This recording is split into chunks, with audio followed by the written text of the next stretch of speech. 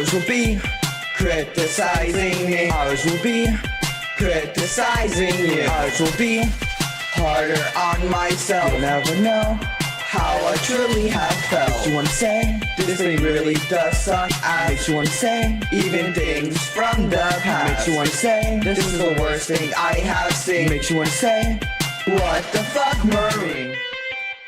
What the fuck, Marine?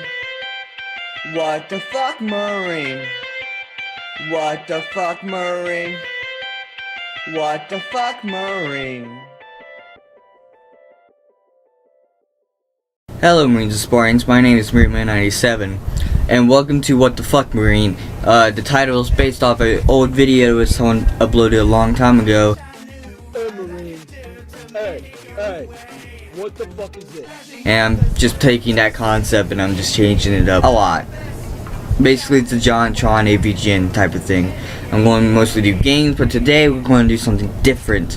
We're going to do Hamilton artists. So strap in.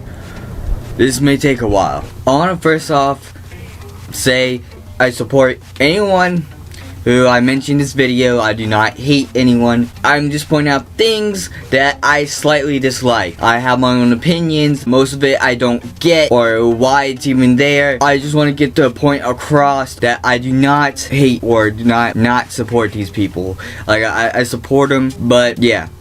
Anyways, just fucking go. What's going on? At the intro. I don't even fucking know anymore. Flashing at the surface, it's making me nervous. I wish I knew what I could do to make it go away.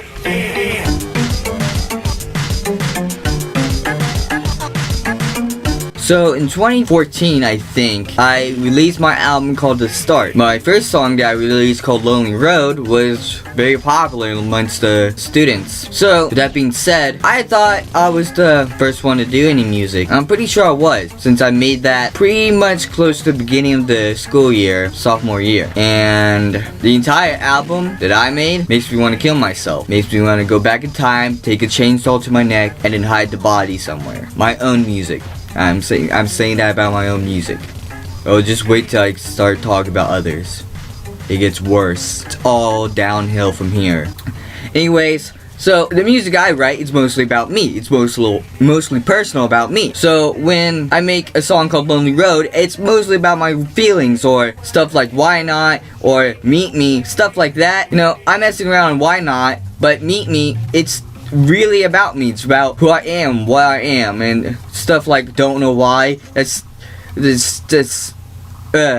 Why we don't talk about Don't Know Why, because I don't know why I fucking made that song. Other songs like Suicide and Unsure, mostly they're songs that put emotion into, like We Like to Party and let's see, in my second album, Fuck You Bick, stuff like that. You gotta have fun. You gotta have fun with your music. If you don't have fun with your music, what's the fucking point of making music? I understand messing around here and there about your music, but when every single song you make is about slurping cough syrup and styrofoam cup. Why styrofoam cup? Why could you not afford a fucking Tervis? It's not 15 bucks maybe 20. A regular cup, a regular fucking cup. But no, it's got everyone. It's not just me.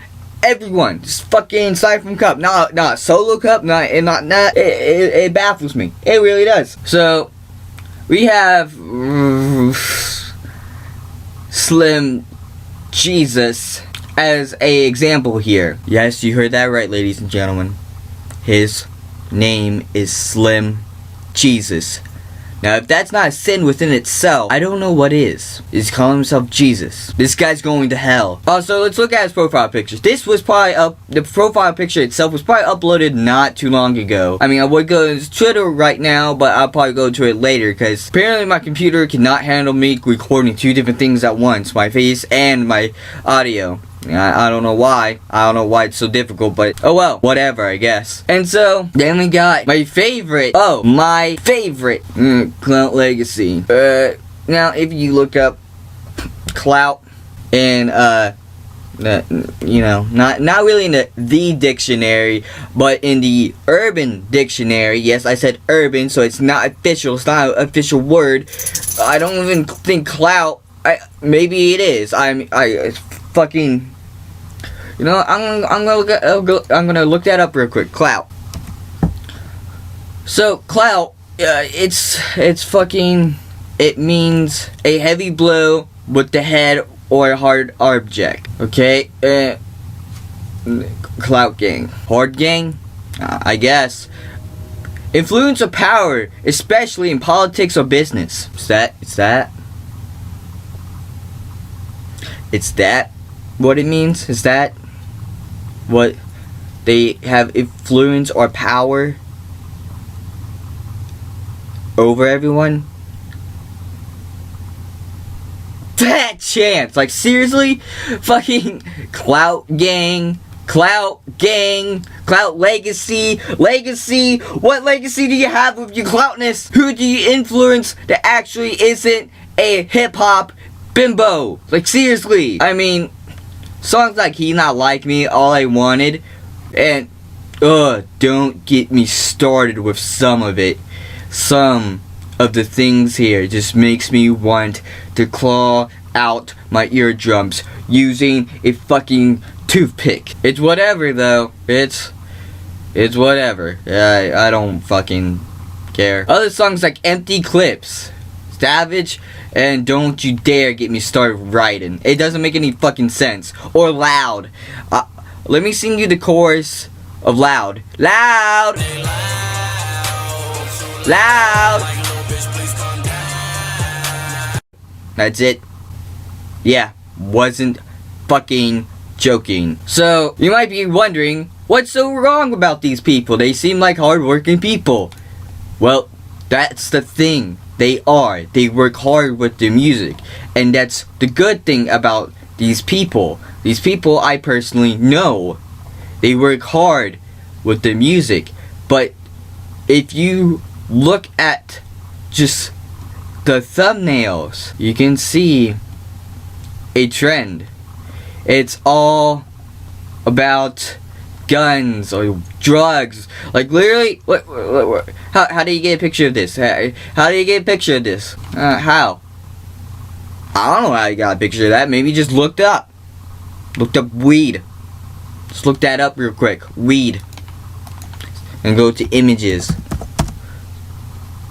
See what happens there. Alright, so I've been looking through these for a little bit, and I could not find that exact picture. I'm pretty sure he obtained some of the Loud himself and then put a picture of it on social fucking media. It doesn't get worse than this. I wish I was telling the truth by saying that, but it does. Slim Jesus, he posts pictures of himself with a illegal gun. He's probably like 18 or something. He has a pistol. You can't get a pistol till you're 21. That's basic gun laws. And he has an extended clip for it. This ain't no Call of Duty. That's double illegal. That's 2 infringements on the gun law. Like, what the fuck? No. You can't do that. Like, literally, I could, and I'm not, but I'm saying anyone could report him to the police. He's going to jail. He's going to jail. Anyone could do that. Now, Slim, I don't know if you're watching this. Don't do that. Anyone, don't do that. Don't be a fucking idiot. Please. I beg of you, any of you, like this graphic on Raiden, that's okay, cause it's a picture of guns. Like, he's not actually holding a gun. He's flipping off the camera. There's nothing wrong there. The Clout Legacy released a music video of Empty Clips. And I shit you not. It's just a bunch of people jump in one area with guns and money in their hands. And then it cuts to a different area of people jumping with guns and money in their hands. I'm not fucking kidding. Now, many people don't say I'm a rapper, which, okay, that's their opinion. I could just say these people aren't human beings because they don't fucking act like them. Like, literally, I could go on Casey's Facebook and have his post don't make fucking sense. I can't even read what he's saying. Please, I know I may sound nitpicky here, but the human English language, it's one of the most basic languages. It's the language he knows. But if you are saying I don't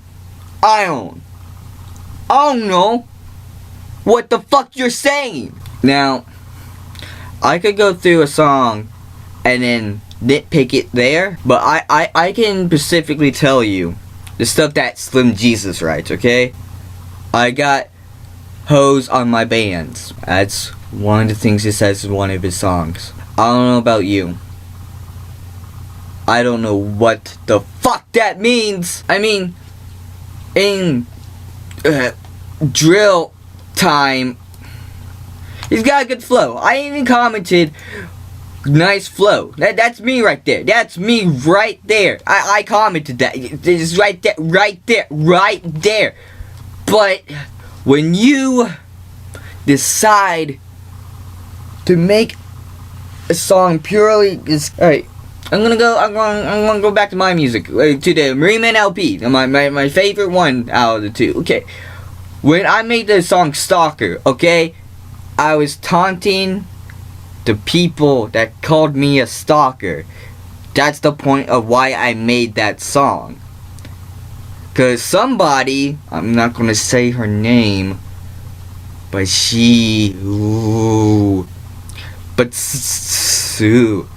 that person called me a stalker and many other names, freaking bullied me all the way through elementary and in middle school. I had to go see a therapist. I'm still seeing a therapist because of her. I'm not fucking joking. I'm dead fucking serious. Even songs like My Xbox, I put emotion because all I want is to have an Xbox and a girl to play with me. I think that'd be fucking awesome. I mean, what else could you want?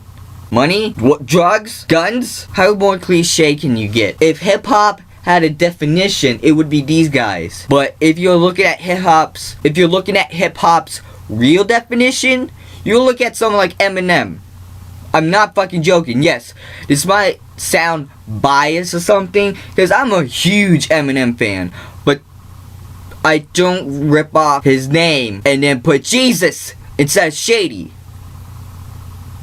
I'm looking at you, Slim Jesus. Like, what the fuck? Rap name generator could be a lot better. Could make a better name. Now, songs that I made, like, alright, Sparring Up. I try to tell a story, even though some people might not guess, but in Sparring Up, I tell a story that I'm with my friend, and this dude, he walks up to me and says, "What are you staring at?" And I defend myself. That's basically what that song's about. I don't want to sound mean or rude, even though I totally am right now, but I really don't think these people put any fucking personal or emotion into their music. Now, they might put emotion, like say their words like they're meaning it. Well, okay, like, that's a given. You have to do that for anyone to take you seriously in music. If I'm just freaking rapping like I did in Meet Me, give you a like as soon as I turn the page. Kyrie rage, then everyone wants me on stage, but I'm too chicken to say the rhymes are spitting. I wreck them, sad with the savage, put another in that bitch, not bitch. Before my beat glitch has some fries, they're cold. the entire time, no one would take me seriously. It's just the things that people do annoys me. Another thing that Slim Jesus does, he deletes his music that he makes. On YouTube, on SoundCloud, deletes it. Now, this is why I don't usually upload to SoundCloud, because there's a limit. They put a fucking limit. Like, who the fuck puts a limit on how much you can put at one time? SoundCloud. Whoever developed SoundCloud needs to shove a fucking golden bar up their ass. Gotta buy freaking membership to get more. That's fucking bullshit. Well, on YouTube, you can literally put unlimited. I could make a 24-hour video and upload it. I could make a 48-hour video and upload it. Of nothing but black, dark screen, zero visibility, absolutely nothing. 48 hours. And I don't know why. And you know, the people, they could put, you know, the lyrics on screen like I did with Marineman. Because, you know, songs like Marineman, I wanted to get a point across. Because, you know, no pun intended, but this is who I am. Just like, I want people to know what I'm saying. I mean, I have a bunch of sections in my songs that have lyrics, but I haven't put them there yet because no one fucking looks at it. We're, like, the Clout gang, they're getting thousands of plays a day. And I'm not even reaching hundreds. It's stuff like that that pisses me off. That the drugs, the monies, the bitches, the fucking I don't want to say it, but I'm going to. It's coming. The hospitality. Now, before you start raging in the comment section, hold up a minute. Now, when I mean the hospitality, I mean the hospitality of this. In these 4 pictures that I'm looking at right now, it's stuff like that. That's the hospitality that I hate. My friends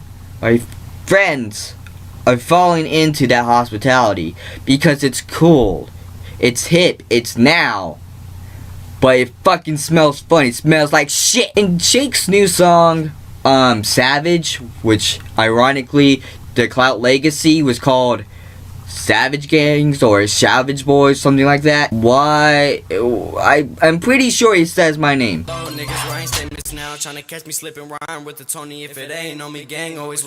don't know what he says around it. Can't understand him. Maybe he had lyrics. Maybe I could understand. You know, it's just, it's not like, you know, they have 1,000 plays on it. You know what I would do with 1,000 views on my video? I would interact with anyone that would comment.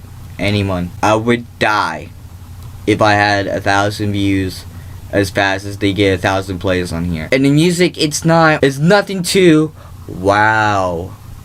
And what I mean by that, it's not deep, it's not emotional. Like, I'm not saying every song needs to be like that. Yes, you can have a song that messes around a little bit. Like I said, Fuck You Big was one of those examples. But when you make the concentrated point of every song drugs and guns and killing, you wonder why this country, this world, our universe is going to shit. We all are going to die if we keep acting like this. Now, I'm not saying that we all have to have suits and ties with briefcases walking around place to place. No, I'm not saying that at all. I'm still saying you can act your hospitality, but stop shoving it in my face so much, because I don't want to see it. I want to support these guys. I really do, and I do, but I want to relate to them more. The music's not relatable. That's what I really hate. I can't relate to them at all. I make my music personal so people can relate to it. People walk up to me in the hallways like, hey, Tony, I can relate to your music. Keep doing what you're doing, man. I can't. I just can't relate to it. I had a friend that smoked weed and she was pretty chill. I still related to her, but she didn't shove the fact she smoked weed down my throat. She was a chill girl and we talked a lot, and I still related to her because she didn't talk about it a lot. I mean, we would talk about it, but not a lot. So that's what I want to get across here. Especially, I'm okay with songs like Loud popping up every once in a while, but when you make it the main focus, just like This Could Be Us, Raiden, and I can't tell you what the focus of Savage is. I listened to that thing many times. I can't find it. Cannot find it. Now let's go back to my first album. I'm gonna tell you this. I'm gonna tell you straight up, and I'm not joking when I say this. I almost killed myself because of a song on here. I'm dead fucking serious. I almost killed myself over a song on here because it offended one of my friends that I really cared about, because it was personal. I mean, yeah, it was my fault that I said their name, but I wasn't really bashing them or anything. I was saying how much I was worried about another person, and I said their name in it, and the focus was on another person. Now, I'm gonna say what song it was because you can't find it anymore, obviously, because I took it down. But music needs to be personal. That's why people make music. They want to express themselves. And when you take that idea and you turn it into something worthless, I don't know what to tell you. I'm baffled at the fact that no one understands where I'm coming from. Like I said, Slim Jesus makes his music and it's like building a house, tearing it down again, and building another one, and tearing it down again to build another one. You can't. I still have most of my music, okay? All these songs, they were originally there. There's, I think, only one song that wasn't there. And I don't know about you. You have to start from somewhere. You guys show people this is where I was, and this is where I am now in the future. If you don't have the ability to show that, you can't really show progress. Because to everyone else, there wasn't any. That's how you started, and they expect you to get better than that. I mean, yeah, someone who starts should be better as they go. But it's not as impressive to look at someone and say, look at their music from a month ago to 2 months later. But you look at someone's music from a year ago to a year later, that's different. That's completely different. A lot can happen in a year. A lot of people die in a year. A lot of people die in an hour. A lot of shit can happen in an hour. I don't understand why people don't fucking look at shit the way I do.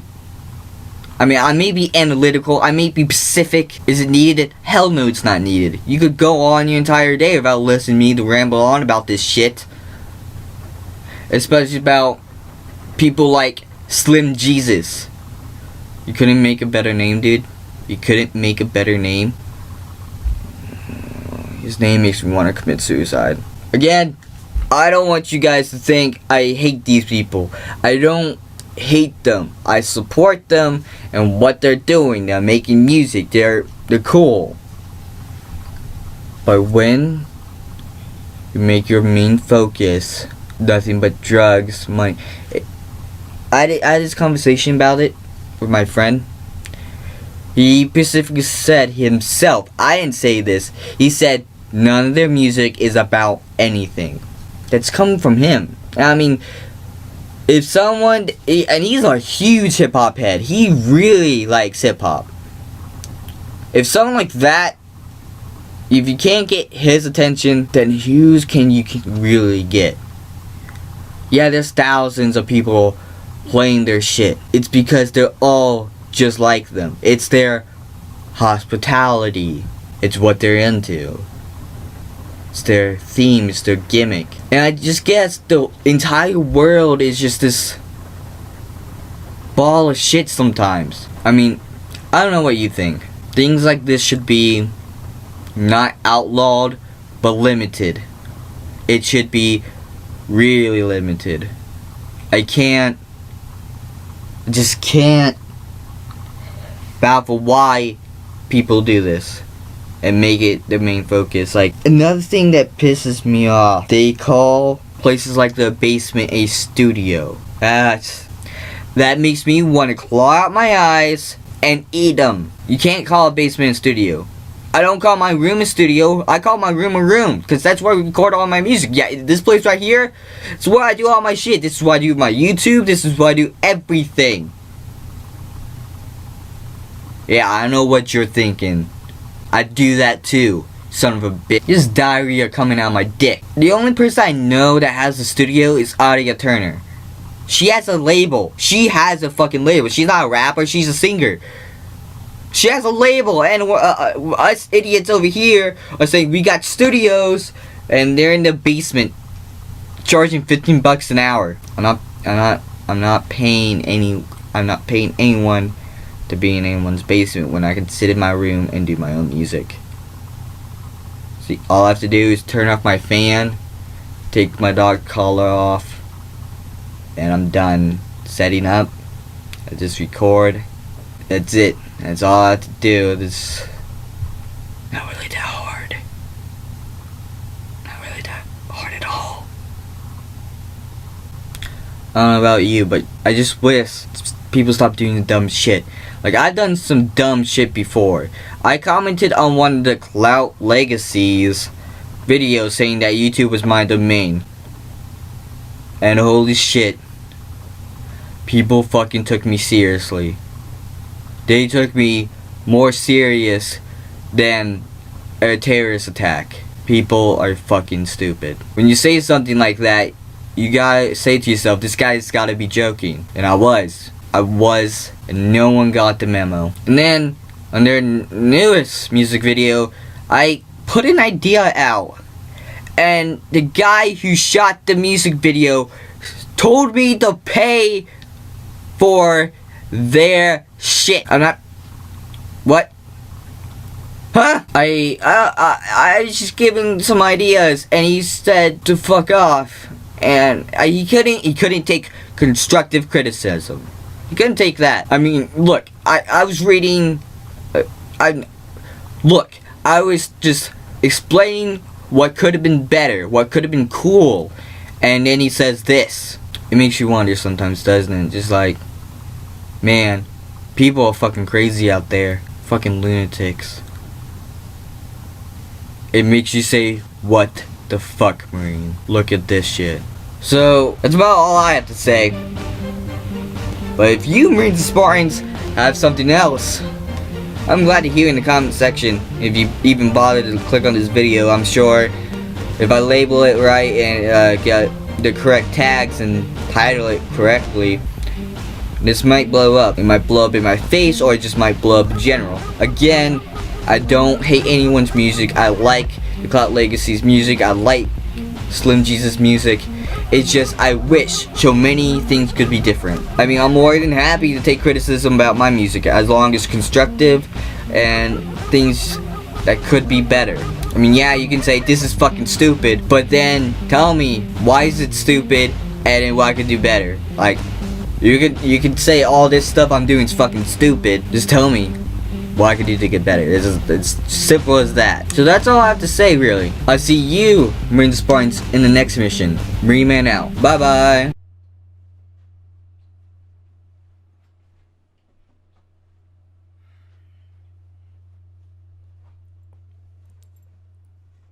Alright.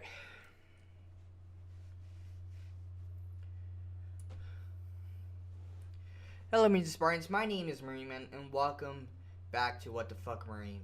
It's been quite a while, and I decided to go back to the roots of What the Fuck Marine, and that is music.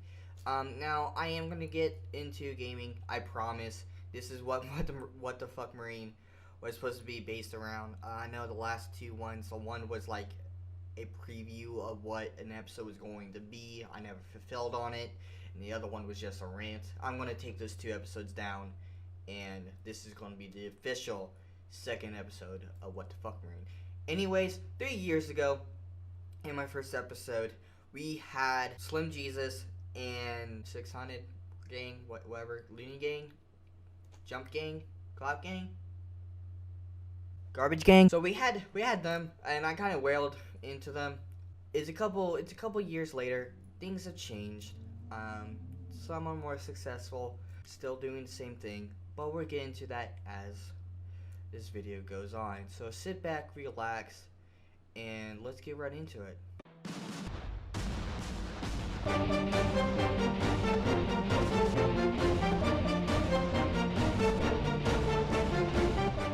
Okay, back in the order of operations. Again, What the Fuck Marine?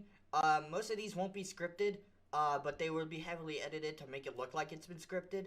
I'm mostly off the top of the head kind of person, except when it comes for my raps. I am working on that though. So, anyways, let's Okay, we got, okay, he's got, what the fuck? What the fuck is this? How many fucking things do you have, dude? Alright, so we have Casey Ruskii. And he just updated this 7 hours ago, and our guy Casey Ruskii come to play. He's making moves out of New York. Okay, congratulations for real, dude. He's actually making moves. He came a long way from being a dope head from Hamilton, Ohio, making music videos with guns and drugs and stuff, and there's nothing here. Okay, there's nothing here. I guess we're going to his personal. Okay, so here we are. Oh, look at this kid. Does this count under bullying? Does this count as bullying? Can I do this? Can I? Whatever. Okay, let's go down here. Let's go. I want to read you some of his posts. Okay. Okay, holy shit. Okay, no. See, here, he's using some weird English. And then down here, he just kind of... What the fuck is that? I used to dream about days like this. Now I'm doing it. Okay, that's cool. I never realized how much work, time, and preparation goes into shaking so many hands. I stepped up to the plate. That's cool. I slept 2 hours here and there 1 week straight in New York City, running in every direction. The phone... that said, fuck us. I was about to be... It took us. And I meet many powerful people that embraced me. I just wanted to say thank you to everyone I met in New York City, and most of all, thank you to my team and believing in me. So he has a team. That's a lot more than I can say, for real. Okay, and now we're going to get into the cancer, aren't we? She fucked me because I do it better. Is that garbage? Oh, look at this! Is he at the BET studio? Is that the BET studio?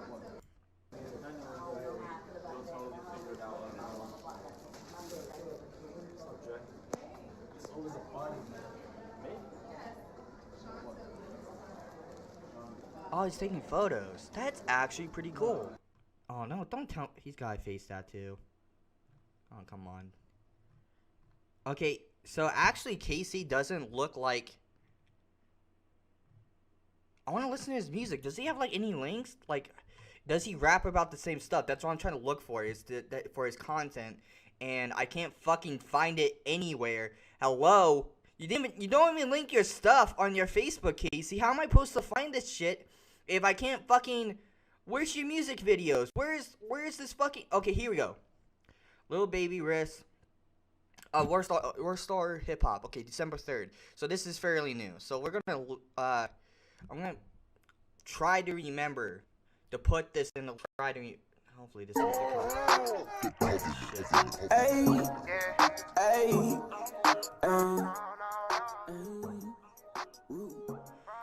Okay, now I'm disappointed. They throw shade around me, but they stay around me. Got a Cuban blood, yeah. She from Dade County, like the president. How they way around me. Made my wife flood like I stay drowning. I mean, it's awesome production, but break it down and push it out the corner stove. With my rigid like a chef up on a stove. Break it down and push it out the corner stove. Yeah, with my wrist. Yeah, with my wrist. Yeah, this should have a lot more views. Hard hip hop. This should have a lot more views. Just letting you know, this should have a lot more views.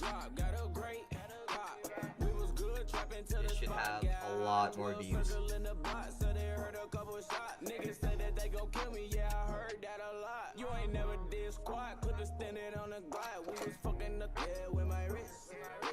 That's baking soda! Wait, what are you doing? I thought that was crack cocaine. That's baking soda? Excuse me, what? Hello? Hello? Hello? Okay, I don't know anything about drugs. Why? That's baking soda. Okay, I want to think that's crack, but Is that all baking soda? And if that is, what are they doing to baking soda? I'm heavily confused. What the? I'm missing something in the drug world, dude. I don't do drugs, dude. Who clicked for Little Baby? Little Baby verse starts at 206. Wow, I see Baby, I click. Bro, I give Casey a chance to sing, or I'll give Baby a chance. Don't hate on the man now. But this song went hard anyways. I'm selling replay buttons? Okay. Like it, Baby, better than Young Boy. Casey putting Hamilton on the map. I'm sorry, but I think... Pretty sure Slim Jesus did that first. Okay, so...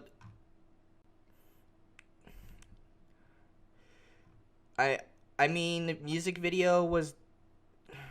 Okay, hey, description. Okay, look at this. Okay, Hamilton, Ohio's 19-year-old native, Casey Ruskii, and Atlantans or Little Baby Connect, their 2018 movie style. Remake version of New York City, proving they both clearly still know how to work their wrist. I understand the premise of Word Store hip-hop. It's money, drugs, shock value, all that bullshit. I just don't see the actual promotion of the actual hip-hop genre without those things on WordStar hip-hop. I don't see it at all. I think it's complete utter garbage. Because let's actually go to the channel. Let's go to the fucking channel and see. We're just going to go off on a tangent real quick and see here. Oh, dude. I mean, it's great. They're putting people on the map, but... I'm not subscribing. There's no way. Give me someone that's not like all of these kids. They're all the fucking same, dude. Yeah, this has a story to it. I'm definitely listening to this. I am definitely listening to this later. Okay. See, not all of it's garbage. I just literally clicked on a random thing and I found potential gold right here. I literally just found potential gold right here. Okay. So, we're just going to shift from KC and WordStar Hip Hop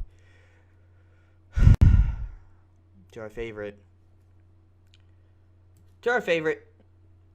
Slim Jesus, after everything starts to fucking load because my computer is fucking garbage now.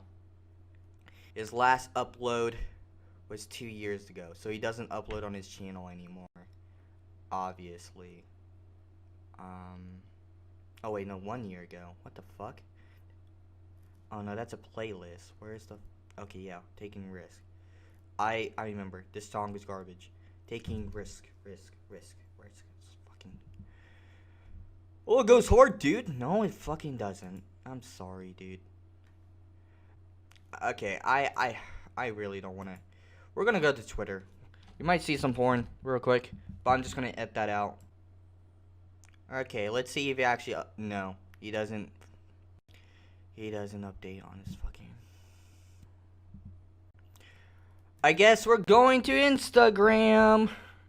Alright, so here's Slim Jesus. Man, this is where he mostly uploads and updates and stuff. What the he has, like, no fucking uploads. This thing is bare bones. What the fuck? Alright, so let's go here. Alright. Just signed my first deal. First deal for what? Okay, how November 9th? What the fuck? Let's watch this. This went over my head. I never heard of this. But shut your dumb ass up. Ain't no one give a shit about what you say. Jesus Christ. Alright, let's go here. Let's see what the description. Back and better than ever against all odds. Okay, so I guess he's promoting an album.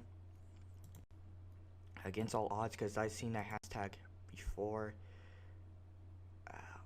What's this? Album SZN. The money never changed me, it changed the people around me. Okay, I fucking bet. You flex every fucking day. Where's your there it is. We got some flexing. Okay. The drip is way too heavy, dude. Coming soon. Look at that flex. Oh boy. Nothing like saying, hey, I'm successful. Thank you for making me successful by rubbing my money that I get from you, the listeners, in your fucking face. Thank you. You are a complete utter douchebag, Slim Jesus. Fucking kill yourself. You are fucking garbage, dude. Drip heavy. I want to show you a drip heavy cock if you don't fucking get the fuck out of here, dude. Jesus Christ. Look at this kid. I'm sorry. I'm sorry. Okay. That was out of line. I'm sorry.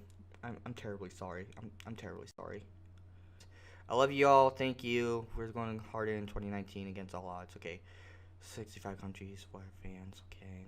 Okay. That's cool. That's cool. That's cool. So, in other words, I need to get a Spotify account and somehow fucking get 1 million streams, and I'll do this fucking mistake. Okay. Flexing again. Congratulations. You have red shoes. Okay. So, look at that. Booking and features. CEO of Rubber Band Cartel. Hello?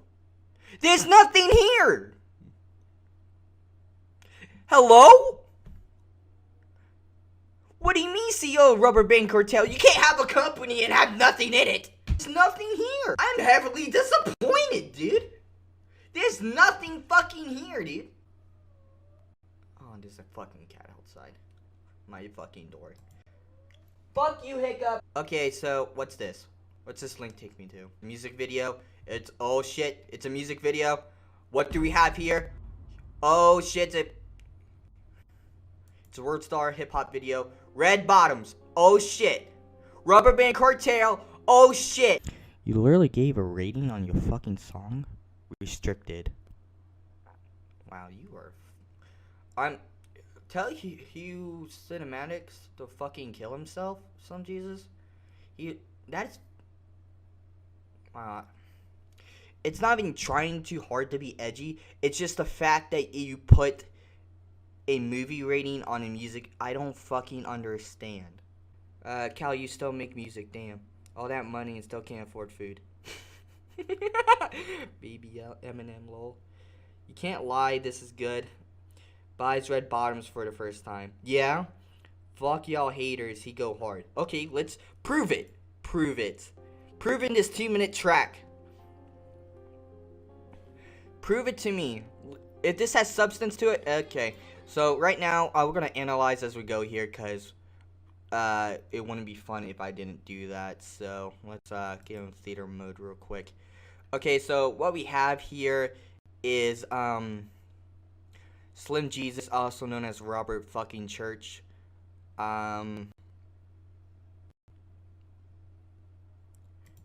Holding money. He still got that emoji tattoo. I mean, tattoos don't go away, but whatever. Okay, he's in an apartment.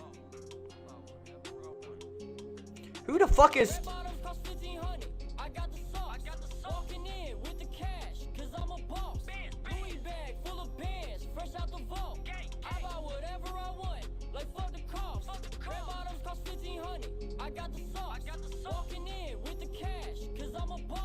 Louis bag full of bands, fresh out the vault. I buy whatever I want, like fuck the cost. I hit the mall with the racks, I buy it all. Okay, hold on. Okay, okay. When does the chorus end? When does the chorus end?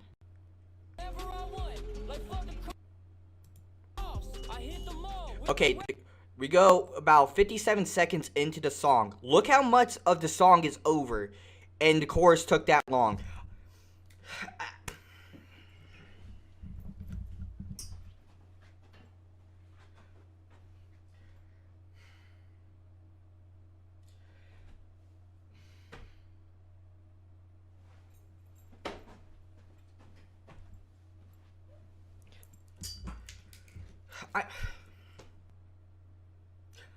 I'm fucking speechless because if he puts so much hard work into his music and he puts out a song like once every 4 months and the track is 2 minutes long, what have you been doing? What have you been doing? I want to know, what have you been doing? I want to know. If the track is 2 minutes long, like, I get it, it's a fresh beat and it's, made from scratch. unlike other songs like Drill Time, where you bought the beat, what have you been doing? Because it's not that hard to loop a beat and make it alternate. It's not that hard. So Racks, I buy it all. You let him run off with your pack. You took a loss. I had to go catch a play like Randy Moss. Went and hit a lick for 50. Now all I know is ball. Yo bitch wanna fuck with me, cause I'm a boss. She is that his girlfriend? Hello? She's kind of pretty.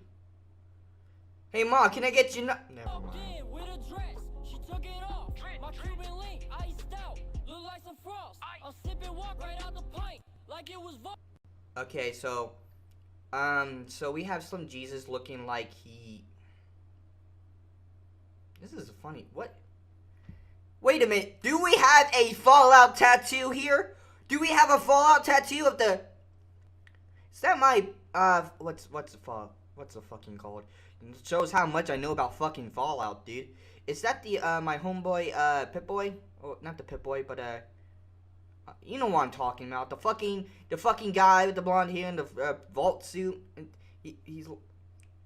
Or is that the Monopoly man? I can't fucking tell. Okay, so here's the thing about Slim Jesus. His raps are literally the same. Before he got famous, he was rapping about. His raps were more of memes. It was supposed to make you laugh, and he was a laughingstock at school. And then he actually started taking it seriously, and what I mean seriously is about lean, drugs, and stuff like that. And I am glad to tell you guys that he has not diverted from the path of being a fucking dumbass, of, drinking cough syrup. He stayed on that path. So at this rate, if he keeps drinking cough syrup, he's going to develop this brain damage and his addiction to this cough syrup. And hopefully it's going to utterly kill him. Or he's going to somehow, I don't know how you overdose in cough syrup, but hopefully he gets an overdose and see the errors in his ways, and then comes back and be a fucking boss, dude. He would be the best fucking rapper ever. He'd be like the second Eminem, dude. Go through a fucking overdose and then revamp himself. He'd be the fucking boss, dude. But we know that's wishful thinking. Wait. We're already. This song has one verse in it. Holy. Hey, yo, ma. Hello. My name's Tony. And hello. Wow. Okay, we're just gonna move on here. We're already in the chorus. I buy whatever I want, like fuck the cost. Red bottoms cost 1,500. I got the sauce. Walking in with the cash, cause I'm a boss. He's holding it like a baby? Excuse me? Bag full of bands, fresh out the vault. I buy whatever I want, like fuck the cost. It's over. The verse was like 30 seconds. The verse was. Okay, so. The main thing I want you to get from this is that don't be fucking lazy, dude. You can be successful. I mean, just look at. You can be successful doing the dumbest shit. You can rap about as much drugs, bitches, having sex, whatever the fuck, as much as you want. Apparently it gets you successful, but the moment you start pulling your real feelings down on the ground, no one gives a shit. That's apparently not what people want to hear. That's apparently overrated. That's apparently garbage. That's apparently fucking stupid.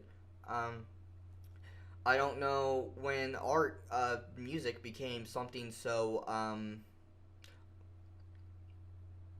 garbage. Like, this whole money, like, the only thing that was, like, the last thing I can remember, me enjoying, like, in Slim Jesus' music is his diss to Little Mouse, or whatever the fuck that guy's name was. It was just different. It was different. It wasn't all about money and drugs, like, and I want people to know, there's there's just so much more to music than so much more to hip hop than just that. You can create stories. You can fucking express yourself, tell your life story. You can. I mean, look at Lil Dicky. Look at Eminem. They both creative writers, very creative writers, and it's, I don't know, dude. I just, I don't see the line. I don't. Last time I said something about black culture and I censored it because I didn't want any backlash in school. But I said something about the black culture and I censored it, and I know why I did, because I know for a fact that wasn't just black culture. I could find, if I look deep enough into World Star Hip Hop's archive on YouTube, I could probably find a white rapper doing the money drugs shit. It's really what it's like. I don't know, it's like if it's intermediate or something. Like that's where you go. That's the safe spot. Because I don't dab with that stuff. I don't walk in that field. You know. I feel there's a lot more than that. There's a lot more than that. And I feel really bad that, you know, people in Hamilton, these artists in Hamilton, or attached to that idea of money, drugs, sluts, and, you know, yeah, they're getting successful. Like, look at KC. He stuck with that formula, and he got on World Star Hip Hop, and I don't see why. Maybe I'm not putting my music out there enough.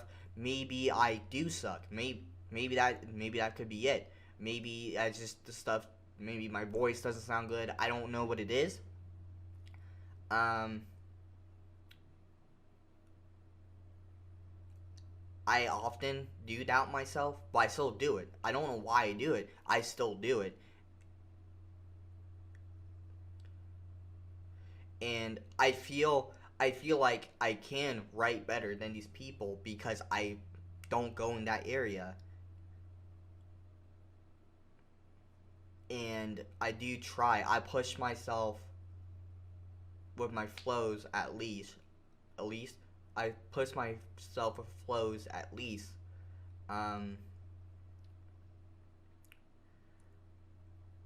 And I don't have the lyrical skill like, you know, Eminem does, where he can intricately like make a metaphor and make it relatable and make it mean 30 things at once. Like, I don't have that skill. I don't have that wordsmith craftsmanship.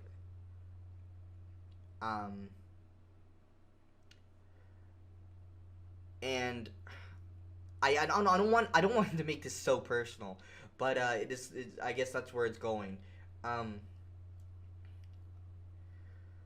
So the reason why I got into making music is because I was inspired by Eminem. I felt like the same reason why he got into it. He felt stronger than what he really was. He took his words and made him feel stronger and expressed himself.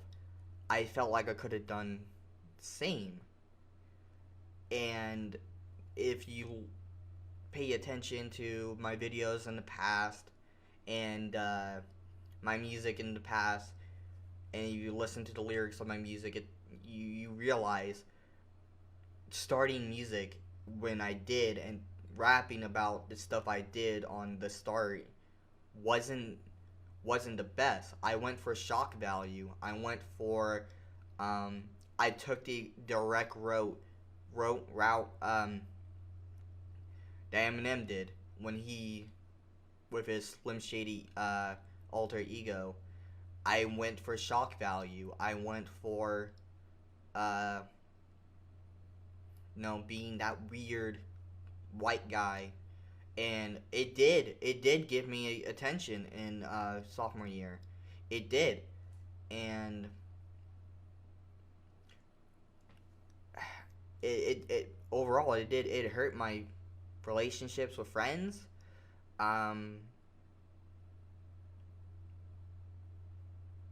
yeah, I'm not saying, you know, they don't work as hard as me. I mean, maybe when in Slim Jesus Red Bottom's case, yeah, one verse, one chorus, start and verse in the middle.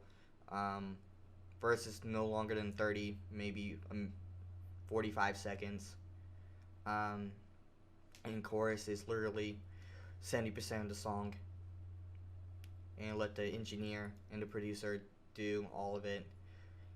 I just think, he's the star of his music. No one goes to a Slim Jesus song like, oh, I want to see what Brandon Thomas or B Raw, whatever he goes by, I want to see what B Raw did with this beat. I'm going here for B Raw. No, you go for a Slim Jesus song for Slim Jesus. You go for a Casey Ruskii song for Casey Ruskii.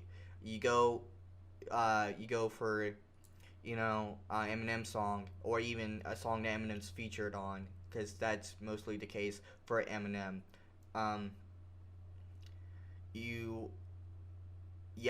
The music and the beat is what makes it, hip hop, what makes it a song. But you want to hear what they say. You want to hear the artists rap. You want to hear them speak, sing, whatever. And I at this point, I'm just joining on. So anyways, before I go on much longer, before I make this video completely, utterly boring at the end like I did the last time, I'm going to end it. Thank you for watching. Congratulations, Casey Ruskii, on hitting the big charts. I'm glad you got shut up. I'm glad you're at the place where you're at. Slim Jesus, I just wish you revamped your subject on your music. There's nothing wrong with it. The formula works. You're obviously doing good, rapping about the stuff you do. I'm just saying what I want from you. I'm just one person again. Now, I railed into these guys. I railed into them fucking hard 3 years ago. And obviously they're doing a lot better than I am. So that shows what's been going on. I mean, I'm just a normal person. I'm just some, autistic dude, makes YouTube videos, makes music, loves to hang out with his friends, loves his family. I'm just a normal person. I'm not as lucky as these two that got the fame and everything, that got followers, that got all of this. I'm not, lucky as them, it makes me sad, but, it's just how it is. So, without me going on again, I'll see you Marine Spartans on the next mission. Marineman out. Bye-bye. Year review. Year review. Copying PewDiePie. Copying PewDiePie. Hello everyone, it is year review what the fuck Marine style. So I'm gonna try to summarize the 2018 year what the fuck Marine style as best as I can. It's honestly hard to remember everything that has happened this year. I just don't. This brain can only hold so much, and I still hold a lot of high school memories in my brain more easier than recent events. It's just how it is. So, yeah, let's get right into it. So, the first thing on the list is Ugandan Knuckles. We had Ugandan Knuckles and Jake Paul starting off the year in a very weird state. So, we got the meme Ugandan Knuckles and basically made a stereotype of Ugandans that wasn't realistic at all. I can tell you this firsthand, it wasn't realistic at all. Like at all. Like they took cultures from fucking I think it was like South America or something, or it was on another fucking continent, and we just went with it because it was a meme. It was funny, bunch of lols. Okay, got it over with. So what we decided to do is just continue the meme into mid-March. And fucking, it wouldn't die out, but it was the funniest meme, and I give that meme a 10 out of 10. It's your meme review, everyone. Again, stealing from PewDiePie, because that's all I do is steal content for other people. People? Can I say people? Steal content for other people. It's what I do. It's the new trend I want to start. Just stealing content, and making my own. Just like another YouTuber. PewDiePie. I need to stop this. Okay, so we just need to assess the Logan Paul thing as well. Me being a suicide attempt survivor of sorts, and you already know my story. If you haven't seen my last Address AVI, it's an hour-long video of me just completely at my lowest. And I haven't taken it off because I want it to be a point that everyone can see that's where I was at that point in time. I was at my lowest. So when I heard this guy, I seen the video too. I saw it in Live Leak after it got taken down and stuff. And so it's a normal video. It's a normal Jake Paul video. And then he goes into the suicide forest and cuts to them finding a body. And Logan tries to cope with it with comedy mechanism. It comes off as really shitty to him. Now, I don't like Jake Paul or Logan Paul in any form or way, but I do have to say, giving him shit for trying to make fun out of situation, trying to make it funny.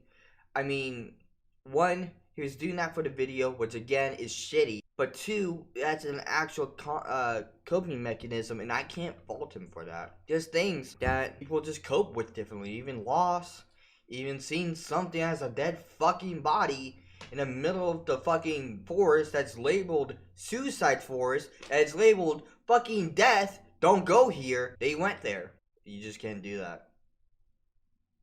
You can't fucking do that. That's just me. If it says suicide forest, I do not have the gonads or the balls or whatever you want to fucking call them to go into that. That literally says death forest for me. And death is waiting for me. Literally.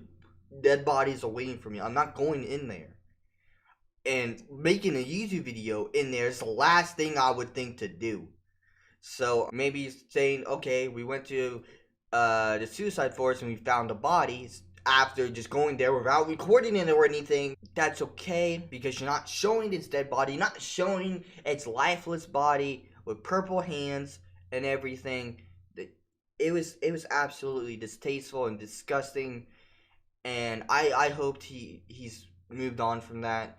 It's about a year later, so I think he's in a better place. And then we got, later on in the year, we got the KSI Logan Paul fight. That was something. That was a whole bunch of disappointments and stupidity. Making stupid people famous, by the way, is fucking stupid. But it still happens. The formula works. So if I jumped out this window and potentially kill myself, the headlines would read, "Boy jumps out window during a YouTube video and kills himself." Yeah, that'll get the views. Now I'll get subscribers then because everyone will be sad because I'm fucking dead. Or they make fun of me. Either way, bad publicity is good publicity. That's how it is. Then we got what we would call the Dark Age, which is throughout the entire year. We got hate on races and all of this, and I feel like the political stance in Americans are becoming very hostile. If I give an opinion about the left, I would get called an alt-right. If I get opinion about the right, I'll be called a snowflake. So it's either one or the other. You can't be in the gray area anymore. It's like you gotta pick and choose, and you're fucked. If you say something about politics, you're fucked. Can't even talk about politics on YouTube, so I'm not even monetized, so why should I care? And the whole, what we got? What else do we got? We got, the, my favorite, the Eminem versus MGK Machine Gun fucking Kelly disses. And Machine Gun Kelly made his diss into a little song with 3 choruses, or actually 3 choruses. I don't fucking remember. I only listened to that thing like 10 times. Analyze it, and then, yeah, I listened to Eminem's about 3 times. And I thought it was better because it was actual diss track, not a song that I try to get hits and views off of because I'm dissing Eminem. I mean, when Eminem disses you, it's like, okay, he dissed me. How many people has he dissed? A lot of fucking people. And so, should you really respond with that's his gimmick, that's his thing? There's no need to fucking respond. There's not a need to fucking respond. There just isn't. Take the diss, okay, he doesn't really like me, and move on with your life. But no, there was a feud between Machine Gun Kelly and fucking Eminem before all this. Before he dissed him on Kamikaze. And then it snowballed. And then hype, and, you know, Eminem released his diss track, and nothing. It was nothing. You know, it was people say, oh, Eminem's diss track sucked, and then there's the side of MGK's diss track sucked, and it's just like, it was worthless at that point. Was Eminem's diss track any good? I think it's okay, now looking back at it. At first I'm like, oh, finally he replied, and he destroyed him. Now it's just like, okay, he replied, MGK tried to go at him, with weak disses, your beard's weird, your beard's weird. That was a whole bunch of bullshit. And now we'll get into my personal life, things that happened to me.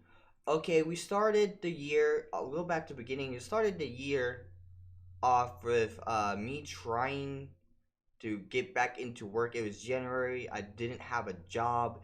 I quit my job in January after being in a 2-month leave. So I just upped and quit that job. I didn't want anything to do with it. It was too stressful. This girl named Ashley was a fucking dick. And yes, I'm calling you out by name because fuck you. You fucking ruined everything. And then she gets fired for fucking stealing cigarettes. I don't fucking know. It's not even my business. I don't fucking care. It's just the fact that she's gone, and I could have still been there, and I would have been fine. It's just fucking stupid. It pisses me off. I wasted my time. Wasted money too. That's a waste. I was making fucking bank. And all of it went out the window. Things got too tough with her, and fucking, I didn't have to go to the hospital, admittedly. I didn't have to. But when I'm, like, feeling, like, completely shit about myself, and she keeps rubbing her fucking boyfriend in my face, what am I supposed to do? I like the girl. So it's like, oh, my boyfriend's so great. He's so fucking awesome. We did this last night. We did that yesterday. I didn't care. I didn't care. It made me upset. All I wanted to do was be with her. I went out with her for a week, and she didn't even call me a boyfriend. And at that point, she just broke up with me. And it's just like, okay, go fuck yourself. I did nothing wrong. If you didn't fucking want to keep dating me, why even call it dating or anything? Dating is being boyfriend and girlfriend, okay? That's how I feel what it is. She said it's just feeling if they can be boyfriend and girlfriend. I don't know. It's your take on it. Whatever you feel like what it is what it is. I don't fucking care. I'm just saying, I wasted my fucking time at Meyer because of Ashley, and I'm fucking pissed about it. She gets no fucking remorse in this video, and go fuck yourself, you bitch. So, later on in, like, March or February, March, got those months backwards, I decided to think, okay, I'm 20, about to be 21, I might want to move out. You know, this small room that I was in, this small fucking room that I was in, was a little bit too small for my growing body. Yet I'm not this big lumberjack person. I'm the shortest guy you'll meet. I'm 5'4". I'm nothing special. And fucking, I had a desk. I had a, like, in my recent setup back there was a desk, a dresser right here, and bed. Literally, I could touch them both. And a wall, like over here. It was fucking awful. I fucking hated it. I loved my family though. The family made it worthwhile. I loved the family. I love my family. It's just that fucking room. It was like, it was driving me crazy. So I tried to ask my mom, hey, can I start trying to move out? She shut that shit down real quick. Real quick. It's just fucking, I just come fucking disappointment, dude. At that time, I had Social Security, which was $735. 735 big ones, my boys. And guess what? None of that was going to me. It was going to my mom.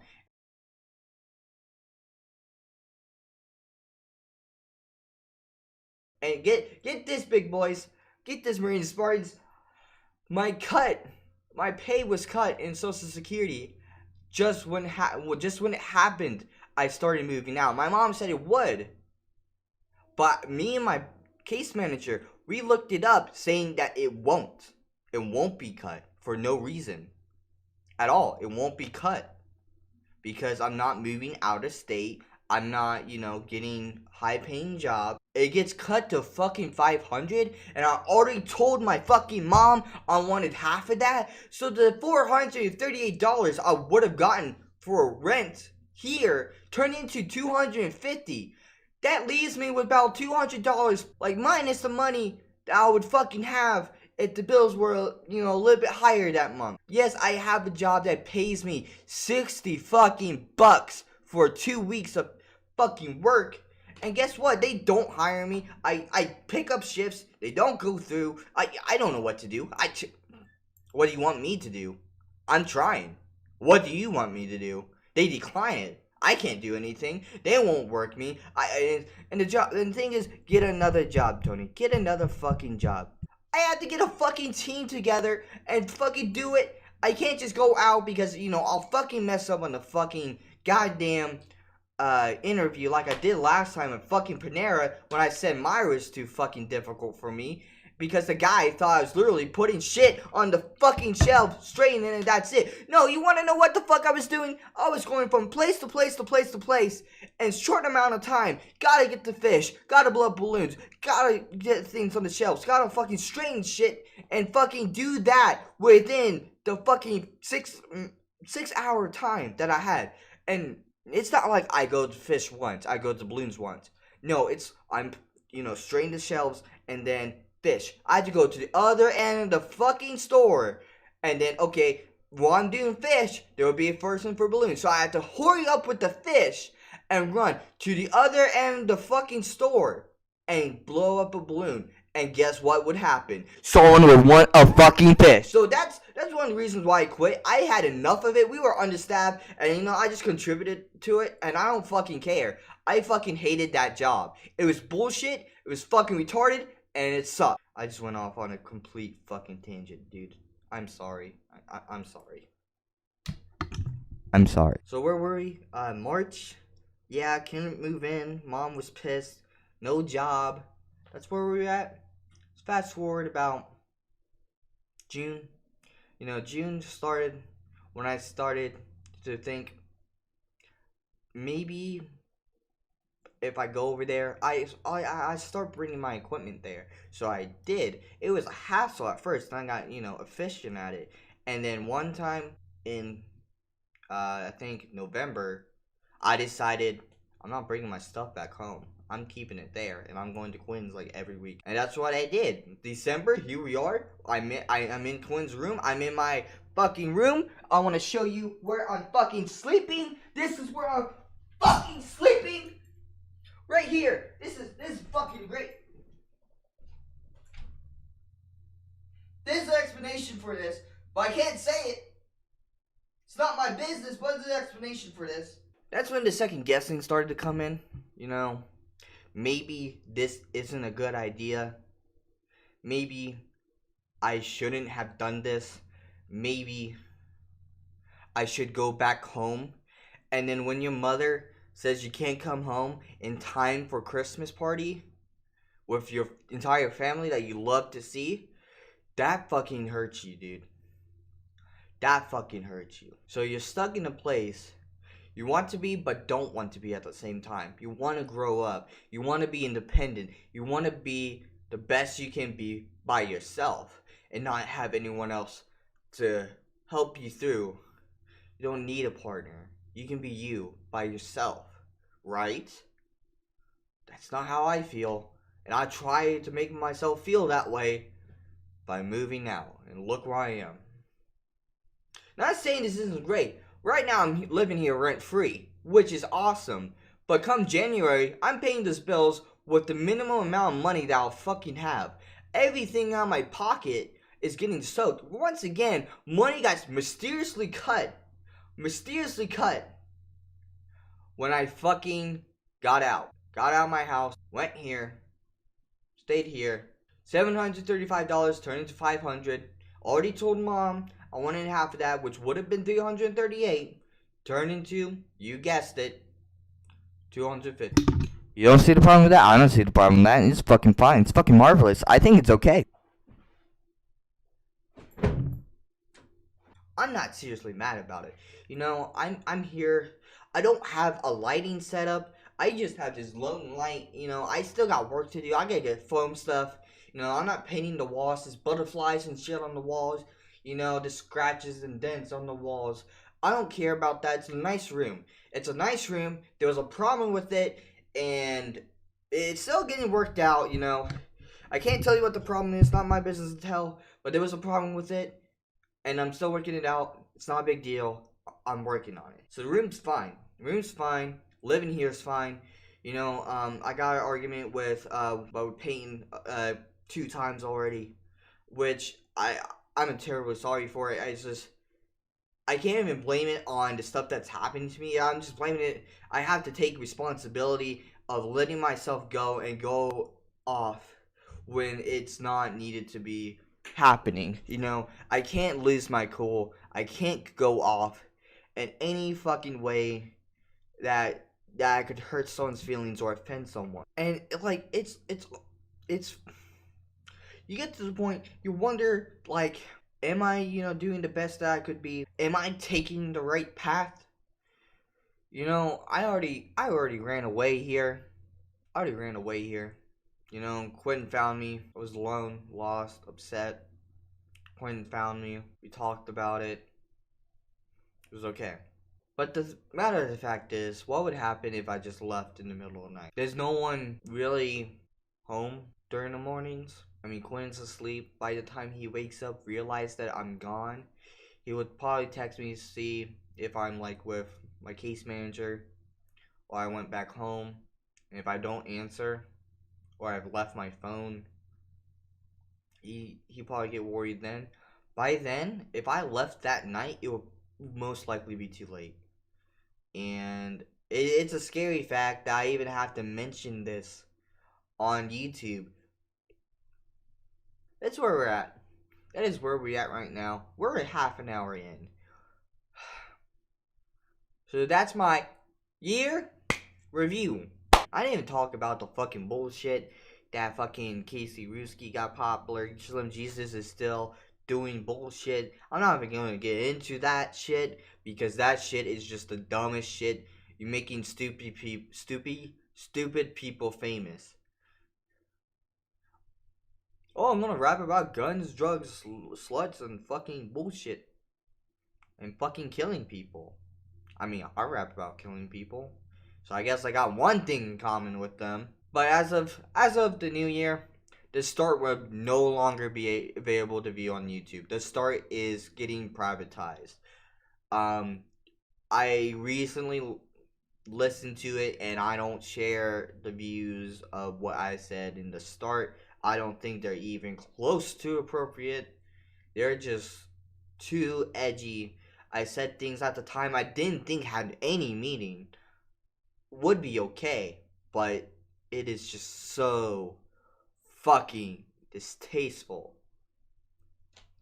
It's fucking gross, dude.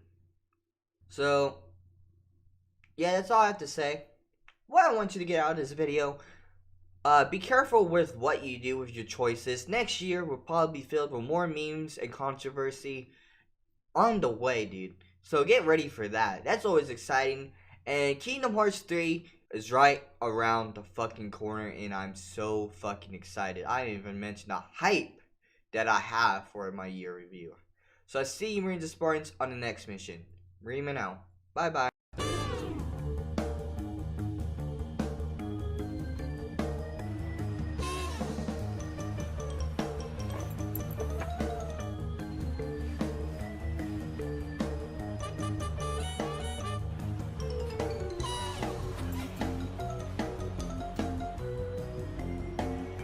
KC.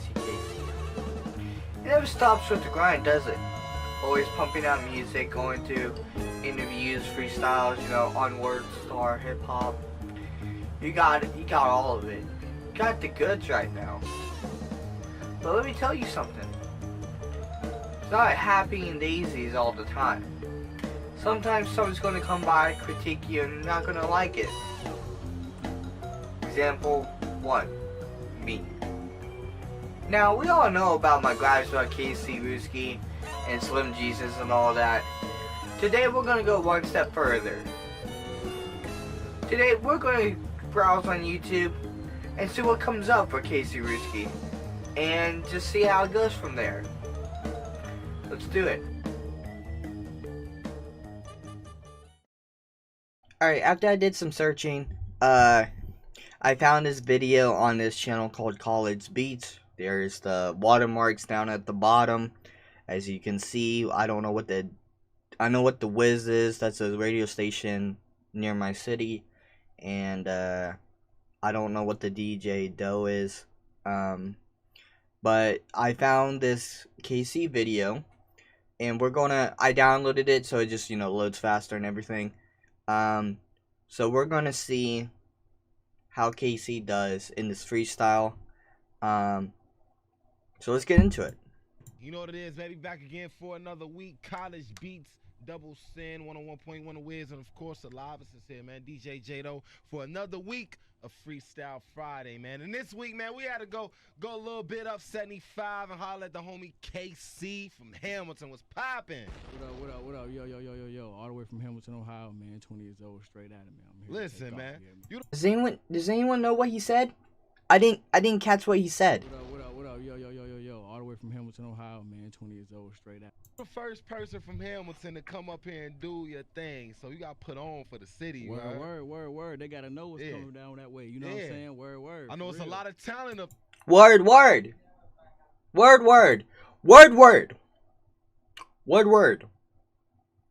To your mother. I don't fucking know, dude. Why he's saying word like that? It's beyond me. There, so you got put on. Yeah. So we gonna go ahead and get to it. Big shout out to the homie DJ Hope on the ones and twos. You see him doing what he do. Shout out to the homie DJ Stone in the back doing what he do. But we gonna get to it, man. Hope, what we got?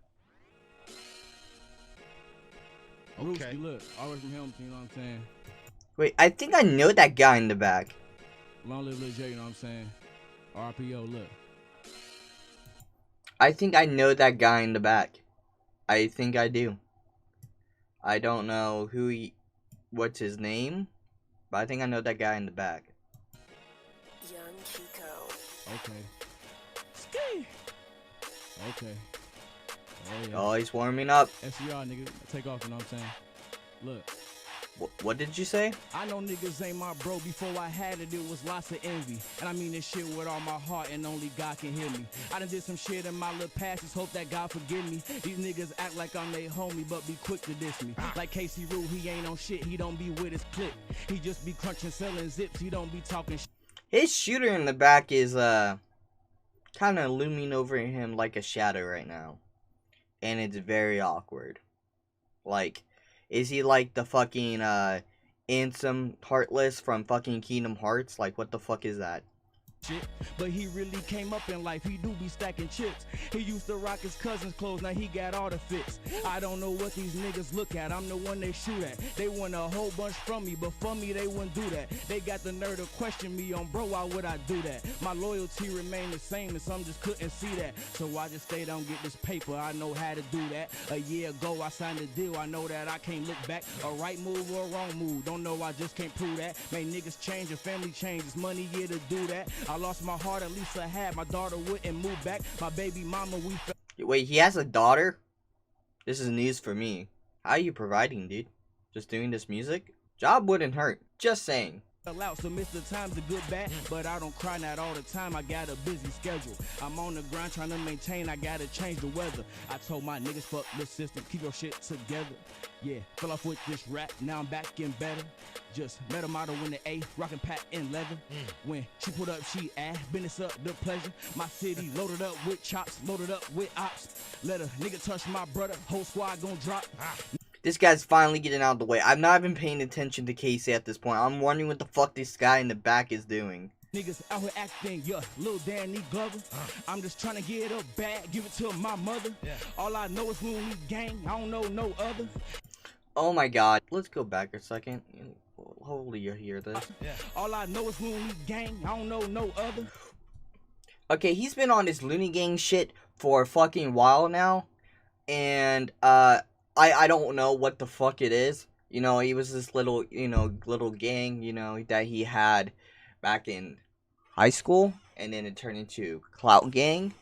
As I made fun of it before. Over and over. What respect do you have of your cloutness? I know clout means respect, so get off my fucking back. But, it just baffles me because he's all about that Looney Gang. But I haven't heard of anybody else that was in Looney Gang doing music. He's the only one. I didn't hear Shakes. I don't hear anything about J. Cole, K. Cole, whatever the fuck his name was. That was similar to that other guy, rapper, for some fucking reason, copied his name. And I haven't heard from any other of the Clout Gang or the Looney Gang. Where are they at, Casey? I'm sitting here, I'm listening, you shout them out, but there's no one to shout out. There's literally no one. There's no one there. It's just you. It's just you. And I hit your main bitch raw, I ain't use no rubber. I'ma fuck her all damn night, I will not love her. Hey, and if it was... Wait. He says he has a baby mama, he says he has a baby, and he'll fuck a bitch with no rubber. This is bad morals. This is what you call a bad father. I would not trust her. Feel like I did this on my own, but I could be wrong. Cause niggas still won't share my songs, but we from my home. But I'm not begging for no nigga to be in my corner. Bitch, I made a name for myself. Yeah, I'm the owner. Girl, I saw what we had stay on my mind. Now I'm fucking all these thoughts, trying to waste my time. Real. Again with the fucking the thoughts and the fucking sluts and the bitches and the what the fucks. Come on. Come on, Casey. Stop. Love and real niggas, yeah, that's hard to find. But, bitch, I been no G. Yeah. Look. Run it down. Freestyle Friday, baby. You know how we do it. Straight off the top of the dome, We man. gonna keep going with that shit. Okay, he fumbled here, but he's got the strength to keep going. Let's see what Casey has for the second round. Gonna keep going? Alright, let's do it. My niggas with me, yeah, that's it, they right or wrong, nigga. One thing I learned in life, you gotta be a strong nigga. No, not a tough nigga, just gotta hold your own, nigga. Just see your wrongs for you end up on that phone, nigga. Oh, in that jam, I think God, he had a plan, man. Niggas got killed, but it wasn't in my hands, man. I remember days when I couldn't wait to touch a band, man. He said the N-word like 4 fucking times back to back. I don't... What the fuck, dude? See, that's what I don't like about, the black rappers or the black artists. They see the N-word, we all know about the history of the N-word. That's what the whites called the blacks when there wasn't, civil rights and stuff. So it's a derogatory word. And for some fucking reason, this racist word has been flipped to the blacks so they can use it. I'm not making this a race thing, but I just think it's kind of weird how we use a racist word in common language today. I don't think it's okay. I don't think it's right to even use it in music. I don't like it. I think it's dumb. I think it's honestly dumb. I don't see the point. And now them hunters got a couple rubber bands, and I see you niggas really listen but can't stop the hate. And through these Saint Laurent shades I can see the fate. I told a Gotti watch your back, it's best to stay away, cause niggas telling all they know when Here goes again. I keep a strap like where I lay, niggas know I'm safe. Don't get involved in none of your business, niggas know we great. Hey, niggas know we great. Hey, don't come to my hood, it ain't never safe. You know what I'm saying? Yeah, you know what I'm saying? Loony shit though, you know what I mean? Straight from Hamilton, a kid, 20 years old, nigga, Ruskii. Ski! Yeah. Hey, this is Marineman, everyone. Go subscribe to my channel, fucking Hamilton, Ohio, fucking everything. That's what he sounds like, dude. That's what he Fucking sounds like. Stop. Alright, so that was KC. Overall, you know, it wasn't bad. The rap wasn't bad. I just have a few gripes. The first one being, whoever that shooter or whoever the fuck it is, or that person, your friend in the background, he needs to leave. Like, this is about you. I don't want to see some random person in your spotlight. Taking, like, that totally took attention away from you. For me, at least. I was focused on that guy in the back, like, what is he doing there? So next time you go into a Freestyle Friday or anything like that, tell him to sit the fuck down and stay out the way. This isn't about him, this is about you. I know that, you know that for sure. This is about you, this is your moment. You don't need some friend to fucking ruin it. I'm just giving advice here. Second, the use of the N-word, I never liked it in music. I never have, I never will. You know, I think it's, you know, if its origins was racist and now the blacks are using it, you know, to call their friendly other blacks, I still see that as racist. Like, I don't understand it. That's just my opinion. Again, don't go make a freaking race war in the comment section. Please, for the love of God, don't do that. You know, I'm just giving my opinion. I'm just some autistic kid on the internet giving his opinion. Okay, that's all I am. Overall, the rap was fucking fantastic, though. That was fucking lit. You know, that was fucking good. Despite all my, you know, gripes about it, I thought it's pretty good. That was A+. I'm gonna download another video because this College Beats has another video on KC. So I'm gonna check it out.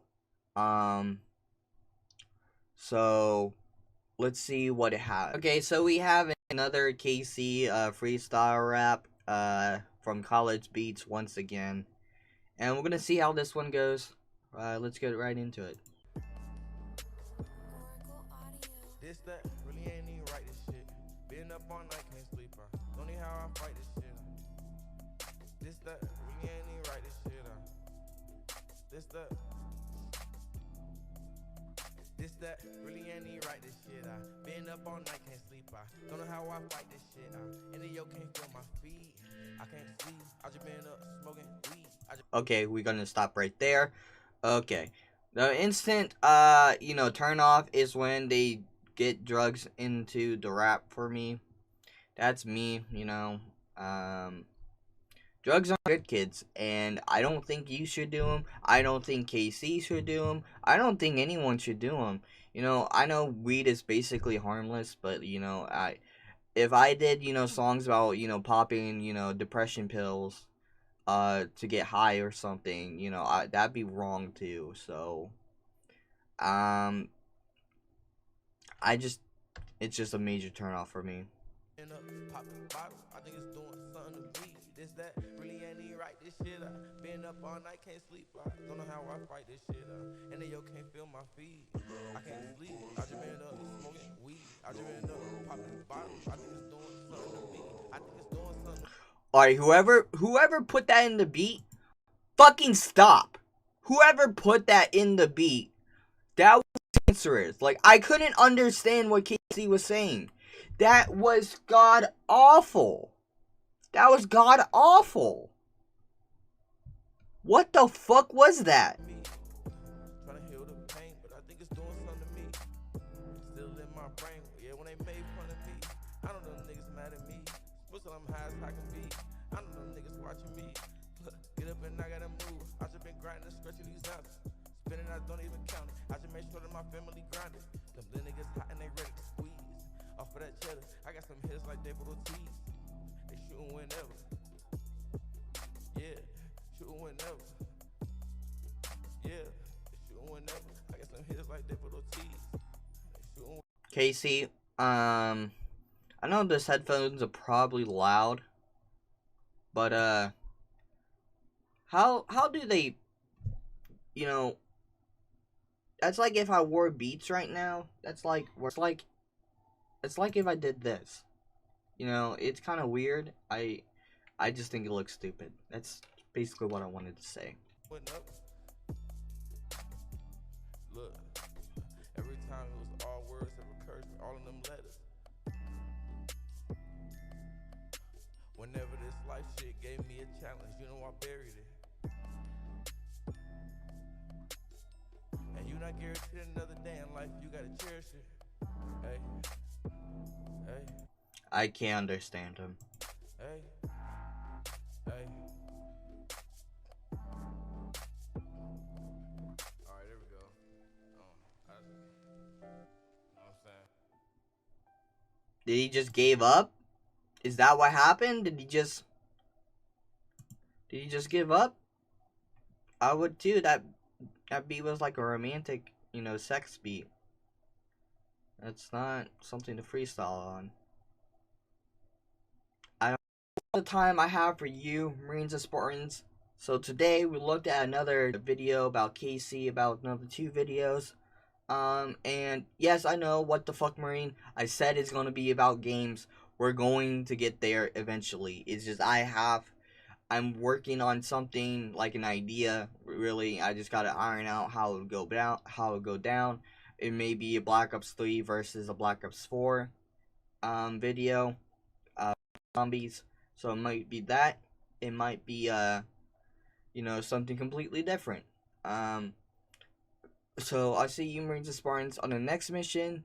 You know, keep making that music. You know, if you play games, keep playing those games.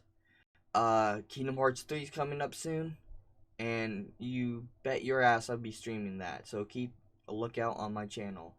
I link down in the description all his beats. So if you want to go down there, there's plenty more artists we will talk about. I heard this girl named Kadi or some shit. I follow her on Instagram actually, and oh boy,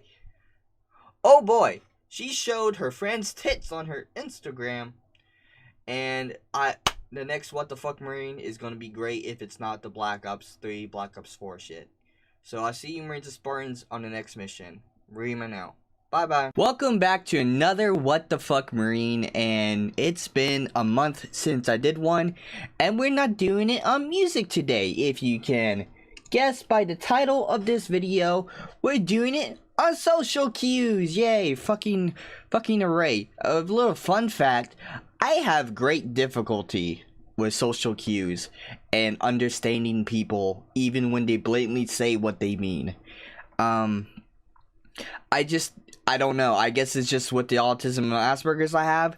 I don't know. It's a fucking mess for me. I don't know what anything means socially. I don't know how to talk to girls. I don't know how to fucking tell what people feel. I don't know anything.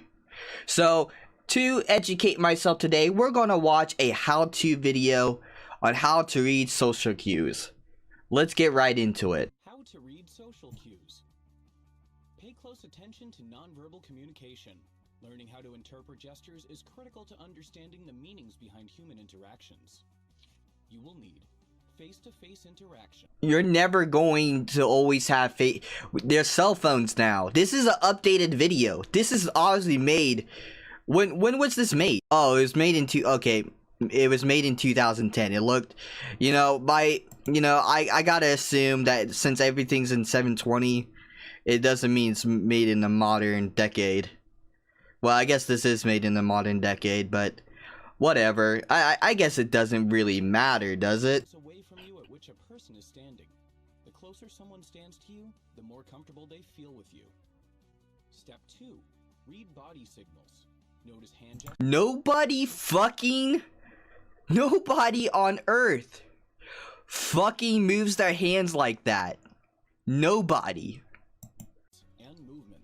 Crossed arms indicate defensiveness, while open arms and hands suggest a feeling of openness. Step 3. Make eye contact. Oh, you're pushing the line now. For this was the hardest fucking thing to do, and it's still a very difficult thing to do with even the most comforting of friends around. I have a great difficulty with this, and I'm sure many people with Asperger's and autism has great difficulty with this as well. It's not simple. Hey, just look in the eye. You know, you can feel their soul, their body staring back at you, and you can feel those judgeful eyes judging you. It's not fun, okay? There's more things to it than just looking. It's just hard to look into the iris of this camera.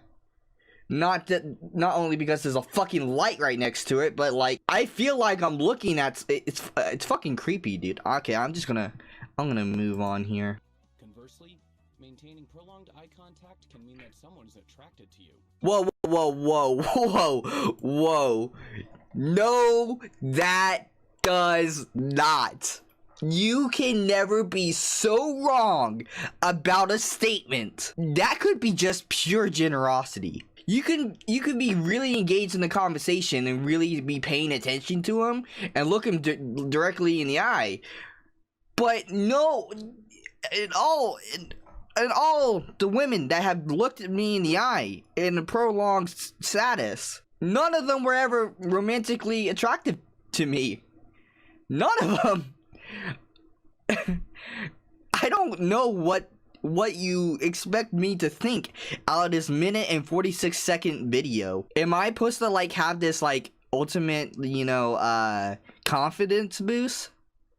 Is that what I'm supposed to get? Cultures, it is a sign of respect to maintain eye contact, but no romantic inference is intended. Oh, so now you tell me? 4. Look out for long stares, especially from a person in a position of authority. It usually means they are angry or are looking for an answer. Or they could be fucking weird like me. I had a huge staring problem throughout high school.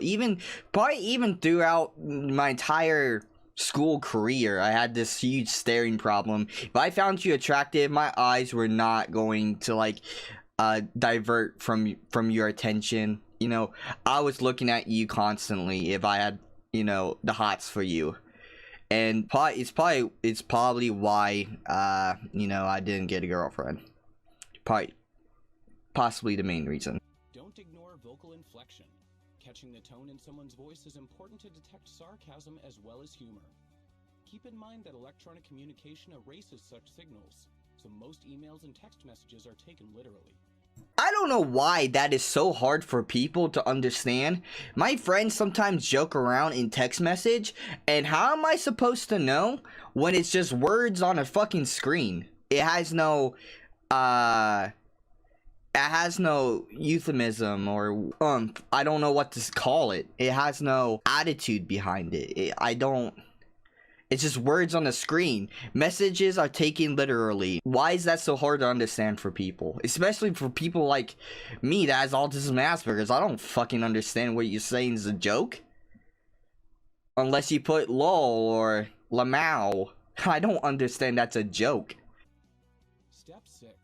Take the time and effort to learn and teach social cues so that you are clearly understood in your day-to-day interactions with people. Did you know? A person suffering from Asperger's syndrome, a form of autism, has an inability or great difficulty grasping social cues. You're just gonna end the video with that? You're just going to end the video on that note? You're gonna give me literally nothing. You gave me literally nothing.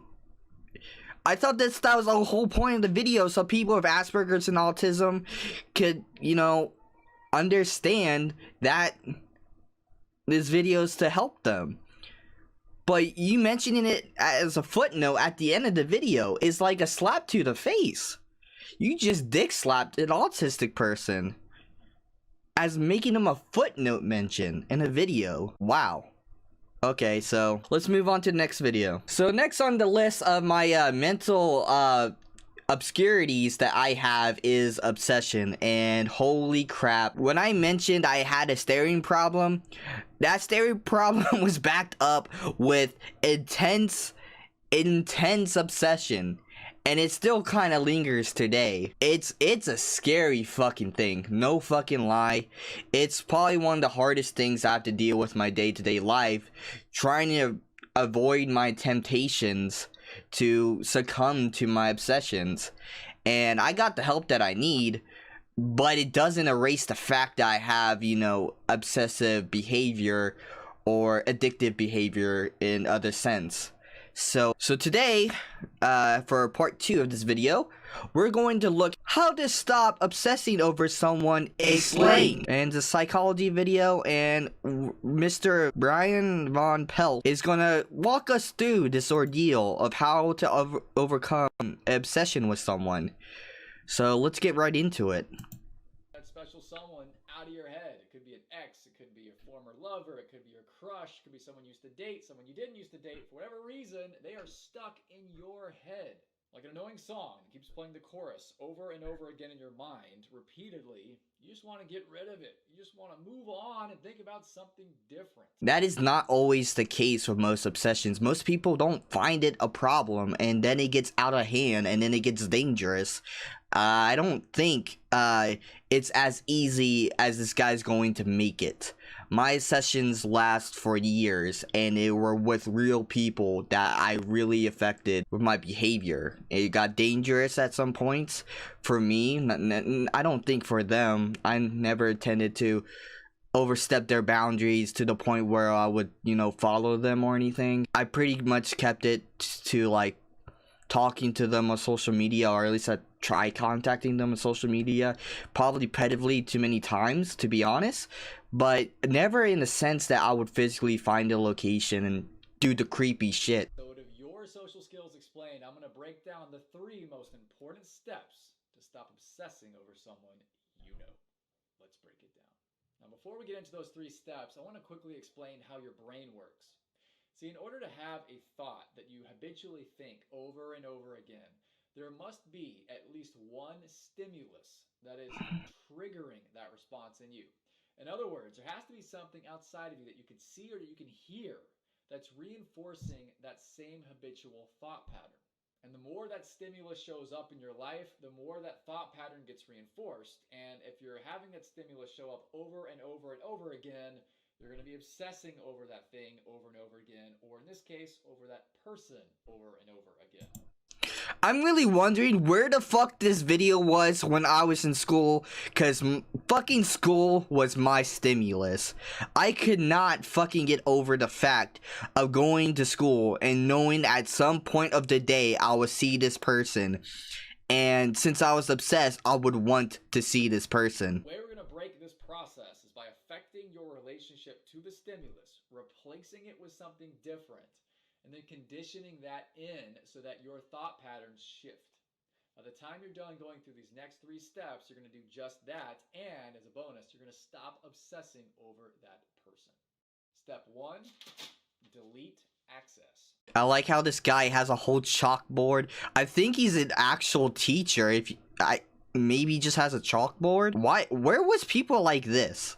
Where were people like this when I needed them? For you to receive the most influential stimulus that you can on a regular basis. You're making it harder, in other words, for you to see or to hear this person.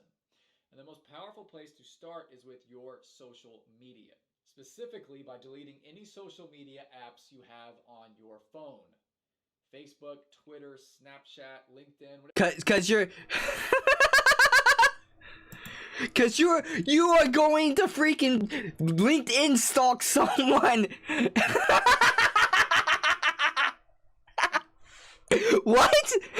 No one's gonna LinkedIn stalk someone. Stop.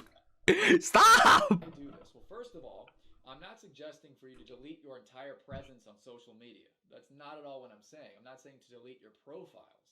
I'm saying to delete the apps that you have on your phone. Your phone allows you to carry the stimulus with you everywhere you go. So every time you get a notification, any beep or a buzz or a ring or whatever, and you open up your phone, check your social media, and there they are right there looking at you, By seeing or hearing them in this way, you're reinforcing the pattern. You know, whatever happened to, I don't know, blocking them? I know this may be a hard thing to do, but maybe taking it upon yourself just to do the extra mile, because if you block them, their presence on social media or on that platform is almost non-existent unless you see someone else tag them. Then their name's on the screen, obviously, but you can't go to their profile or anything. Why delete all the apps and cut off all access when you just can get it straight to the point and block that person? This is what I did for a little bit. It's time to delete the apps all over again. Step 2, avoid triggers. Oh my god, we are going to get to some deep shit today, aren't we? Triggers are going to fucking fly everywhere. If school was a trigger, which it was, there's no avoiding it. So, if school's a trigger, and you're going through school right now, I'm sorry, but good fucking luck. Now that you've successfully hunted down the biggest trigger in your life with social media on your phone, the next step is to start hunting down some more. It's to think about everything from your past, all the memories you have, and everything you associate to that person, and then to go about avoiding those. Okay, I understand that you're trying to gather all the triggers, but wouldn't you think of the person more when gathering these triggers? Like, okay, this makes me think about them, this, and this. Wouldn't that just trigger the obsession to overload because you're activating all the triggers because you're trying to find them? I think this is very counterproductive. I don't see the point of, you know, doing this. I think it's very risky if it's in a dangerous situation, because I think this will go into trigger overload. In your life to avoid them. Now, this is just going to be temporary. You're not going to do this for the rest of your life, but do it for at least a few weeks, and your thoughts that you have about this person are going to drop substantially. And then again, just like in step 1, once you are obsessing about them less or thinking about them a lot less, then gradually reintroduce these things into your life. Step 3, get connected. Whoa. Delete access, avoid triggers, and then get connected? Get connected with who? Get connected with them? I don't think that's what you want to do. The final piece of this comes from replacing those activities or those experiences that remind us of them with new things that have nothing to do with this person at all. Because if we skip this step, we're far more likely to backslide and start thinking about them again. So what you want to do here is start by brainstorming a list of activities, hobbies, resources, or people, or just new experiences that have nothing to do with this person at all, that are totally different in every way. You have nothing associated to them, literally a blank canvas. The best way to go about doing this is to find a group of people that all do that activity with you. And so now you're spending time with them where you can all do this together, and now you're in a new community. Okay, I understand that whole idea of just replacing them. Why didn't you just mention that during the beginning? Why do I have to gather my triggers and then avoid them? Why did I have to delete all my apps instead of just blocking them? Why do I get connected now and not just, you know, think of a coping skill that can, you know, distract or help me deal with this problem? I don't understand why it took this long. I mean, understandably, obsessions can go on for years, and it could take over someone's life. So the whole trigger gathering idea for me is potentially the most dangerous step in this tutorial. If I gathered everything that I had, you know, that triggered me about my obsessions, that would just, and put them on a single list and then just put it somewhere, like, where do I put it then? Do I just leave it around and then I come across it and then, well, game over, you're obsessed once again? That's not what I want. That's not what I need. And deleting social media, how am I supposed to stay connected with everyone else? Wouldn't I need to stay connected with everyone to help me with this problem? Why? It makes no fucking sense to me.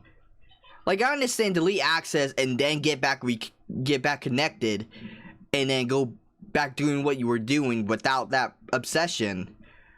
But during this, it's probably one of the most important times in your life. If you have an obsession, or if you like someone who's just simply trying to get over them, is to be around other people more often and as soon as possible. That's how I see it. I would never gotten over my obsessions if, like, Brady or Quentin never came around and we started hanging out. I'll probably be still, you know, taking hospital trips about that freaking Jasmine girl. You know, it's just freaking insane. It's just insane why I would have to do these in this particular order and then get back reconnected with everyone. I don't find that helpful. And he didn't even mention the whole addictive behavior trait, you know, that I had. He didn't mention that. So it could have been reinforced through, you know, biological traits. He didn't mention that either. So I was on my own for that one. Yeah. Thanks for that help, Mr. Brian Von Pelt. You helped me overcome my obsessions once again. Now that I deleted access to all social media, I will never get news ever again. I will never watch a YouTube video ever again. And then collecting all my triggers, I will then reinforce my obsession. And then I put them on a list, reinforcing the obsession again. And then putting it somewhere where I can just come across it. And then getting connected with everyone in my time of need after being spent weeks without them. That is the perfect plan to get over obsession. It's flawless. It's not flawless. It's not that easy. It's not that easy. You just can't just do it within a day. If it's a true obsession, it's a mental problem, and you need help. You can't do it alone. I don't recommend do it alone. Talk to people. You know, get help. Help yourself. You know, sure, do the things in this video. Not delete access to your social media where you can, like, talk to people and get help, you know, and talk to friends about this obsession, this problem. I mean, after all, you know, when I was obsessed, you know, I talked about it all the time, trying to get the most help I could get. They got fucking sick and tired of it. So don't talk to them that much that they fucking get sick and tired of you and don't want anything to do with you. But with it being an obsession, that's going to be difficult. So that is all the time I have on this mental health episode of What the Fuck Marine. So next time, we will hopefully do a Castlevania game called Bloodstain, and hopefully we don't have to have another mental health treatment through YouTube ever again. I see you Marine and Spartans on the next mission. Marineman out. Bye bye.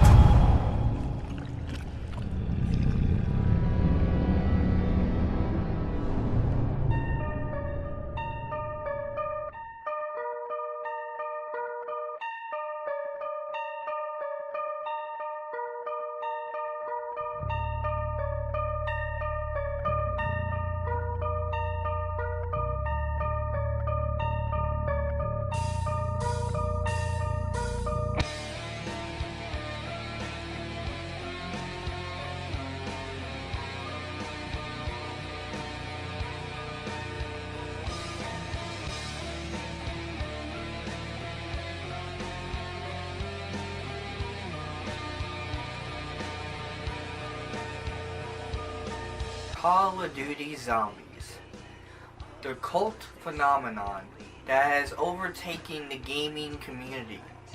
It's one of the most popular things and they're fucking it up. They're completely destroying it with Black Ops 4 Zombies. And there's many reasons why people don't like Black Ops 4 Zombies. It's just because the formula is completely different. If we want to go talk about Call of Duty Zombies, we gotta start from its roots. Start from something that makes it simple, like it was. I'm gonna tell you the history of Call of Duty Zombies and its mechanics and all, and then compare it to Black Ops 4, and then tell you why Black Ops 4 Zombies isn't as popular as the other zombie games. Let's get into it.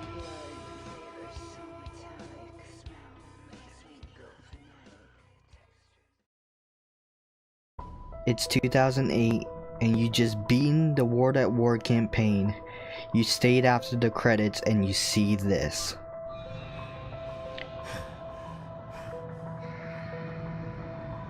Zombies are seen in the distance, and soon enough,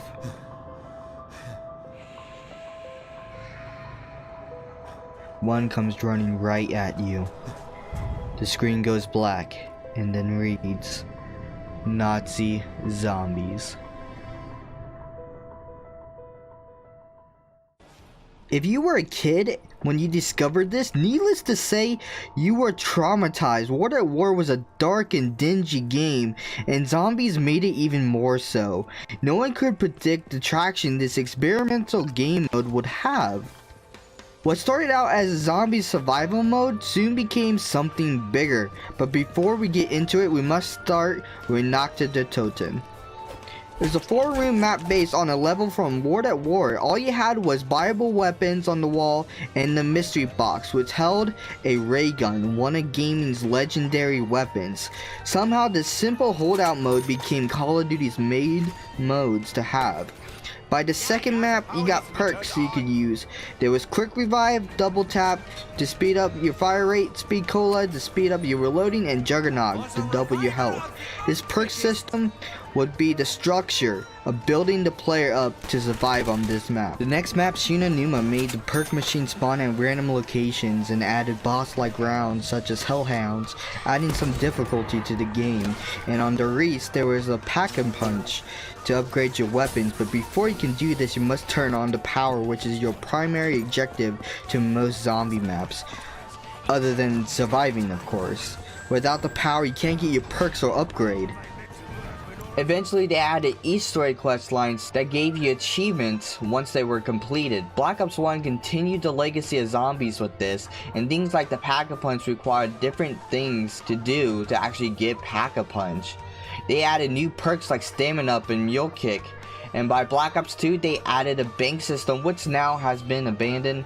I kinda wanna see it back, but you know, they're not really going to add that. In Black Ops 3 they added Gobble Gums, which were special abilities that you could use to help you survive. These gums change zombies, and most can argue it made it way too easy with gums like Perkaholic and Soda Fountain, but most say Black Ops 3 is the pinnacle for zombies.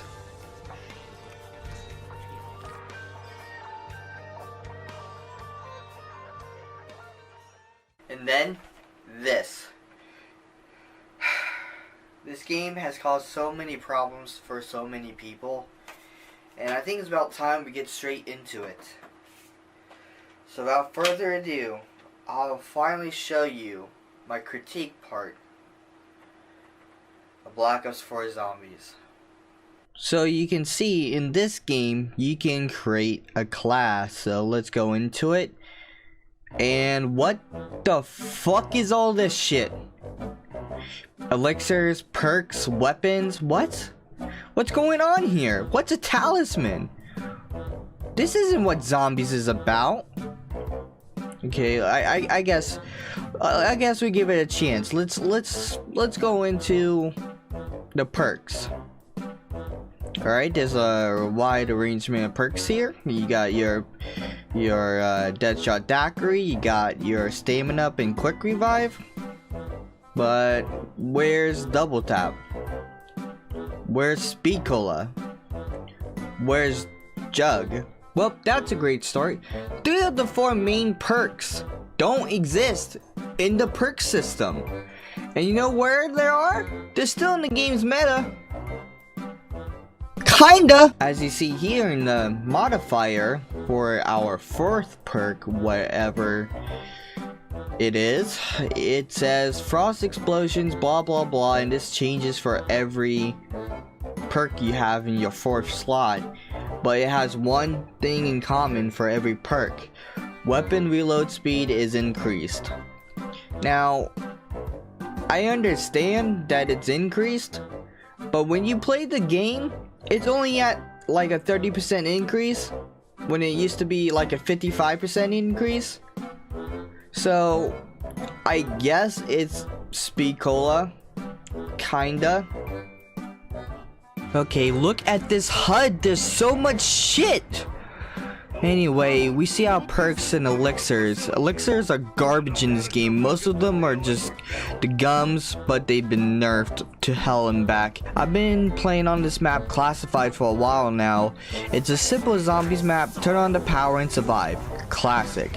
The other Aether map is Mob of the Dead. Well, kind of. It's a Mob of the Dead remake called Blood of the Dead. Same thing, but there's an Easter egg quest, which I have completed with my friends. The real shit suckers are the chaos maps, 9 and Voyage.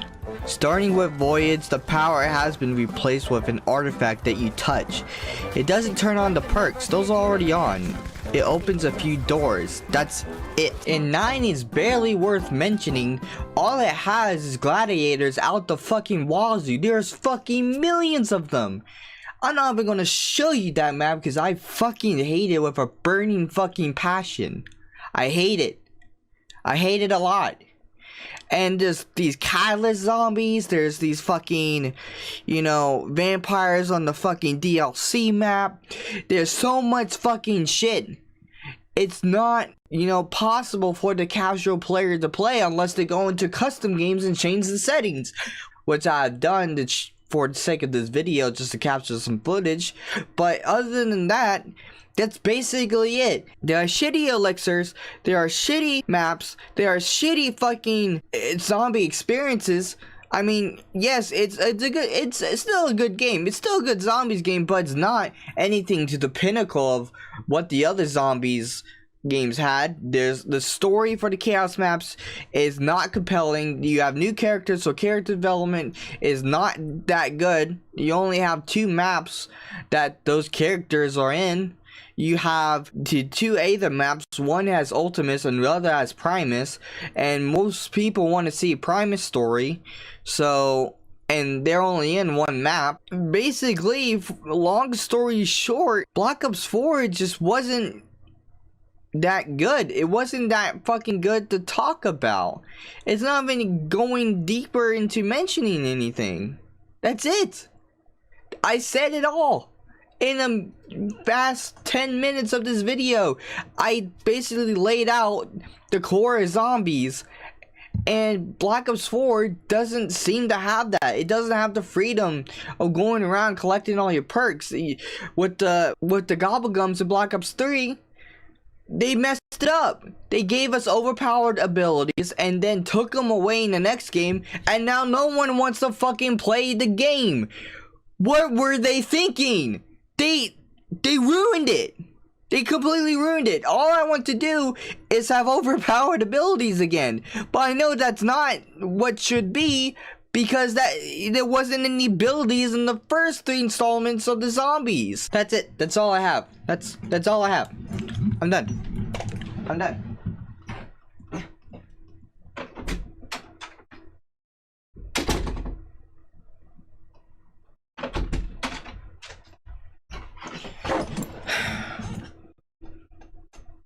There's one last thing I need to mention. There were improvements. The game, when it came out, was way too hard, but there were improvements. They are constantly updating the game, so I guess maybe in the future it would be a little bit better. Black Ops 4 is not as bad as people say. I don't know why so many zombie YouTubers have stopped playing Black Ops 4. Yes, Black Ops 3 has custom zombies, And, you know, I still feel like custom zombies is probably the core of why zombies is still going on. But, I don't know. So, that's basically all I have to say. I hope you enjoyed this little video. This is my first take on a AVGN, JonTron kind of take on things. Yeah, I see you Marines and Spartans in the next mission. Marineman out. Bye-bye. Okay, so I have a different video for today. I don't know how to go about this. I don't know how to take the topic lightly, but basically judging on the title of this video is probably why you clicked on it. It's Autism Speaks Month, and I found some things out today. Some things that I find disturbing, kind of offensive. I don't know how to explain it. I'm lost for words what I just saw today. So today is What the Fuck Marine episode. We're going to start off with a series of videos that talk about autism, and we're going to look at 2 commercials from Autism Speaks. Now, these on the surface, well, at least one of them seems completely fine to me. The other one is something I would like to call a propaganda of sorts, something that it makes it seem like it's evil, like autism is evil, something that autism is not, something it blows the whole thing out of proportion. And I think the only way we can actually understand what people are saying about Autism Speaks is to actually go into these commercials and into what this guy, Indie Andy, is saying. We're only going to brush up on a couple things, but today's What the Fuck Marine episode, we're going to go into this head first. So strap in, it's going to get bumpy. Alright, so we have Indie Andy here, and we're gonna watch at least half of this video until he gets into the whole statistics of Autism Speaks, and then basically then after that we'll get into the more disturbing.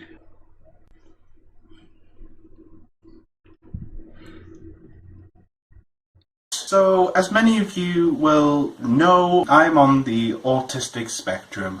I have something called PDD-NOS. The reason why I want to talk about Autism Speaks is because I've been doing some research into Autism Speaks. Because I am autistic, and it makes sense for an autistic person to look into what organisations are out there to help others, etc.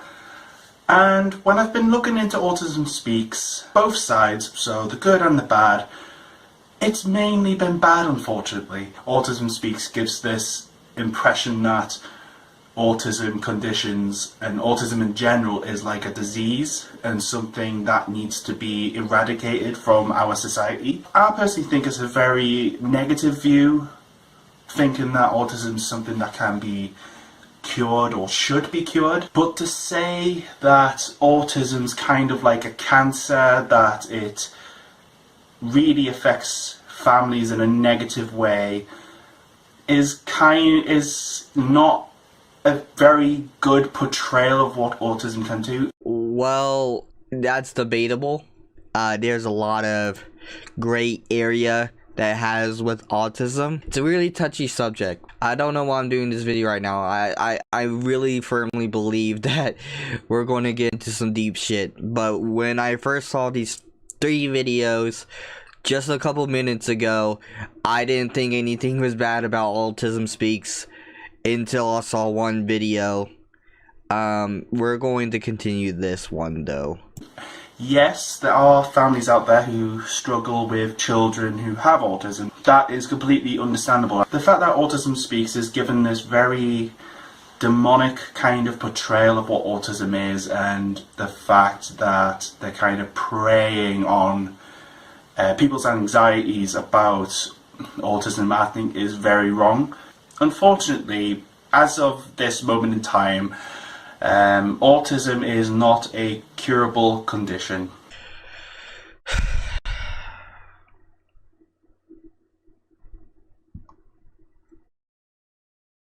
Why was that even needed? Autism is a mental condition. The only way to fucking possibly fix it is to zap your fucking brain or something. Do some neurosurgeon work. I don't fucking know. It's all up here. It's a developmental disability, whatever you want to call it. It's a disability. You can't fix it. That doesn't even need it to be said. It's not a curable condition. Personally speaking, if there was an actual cure for autism, I would take it.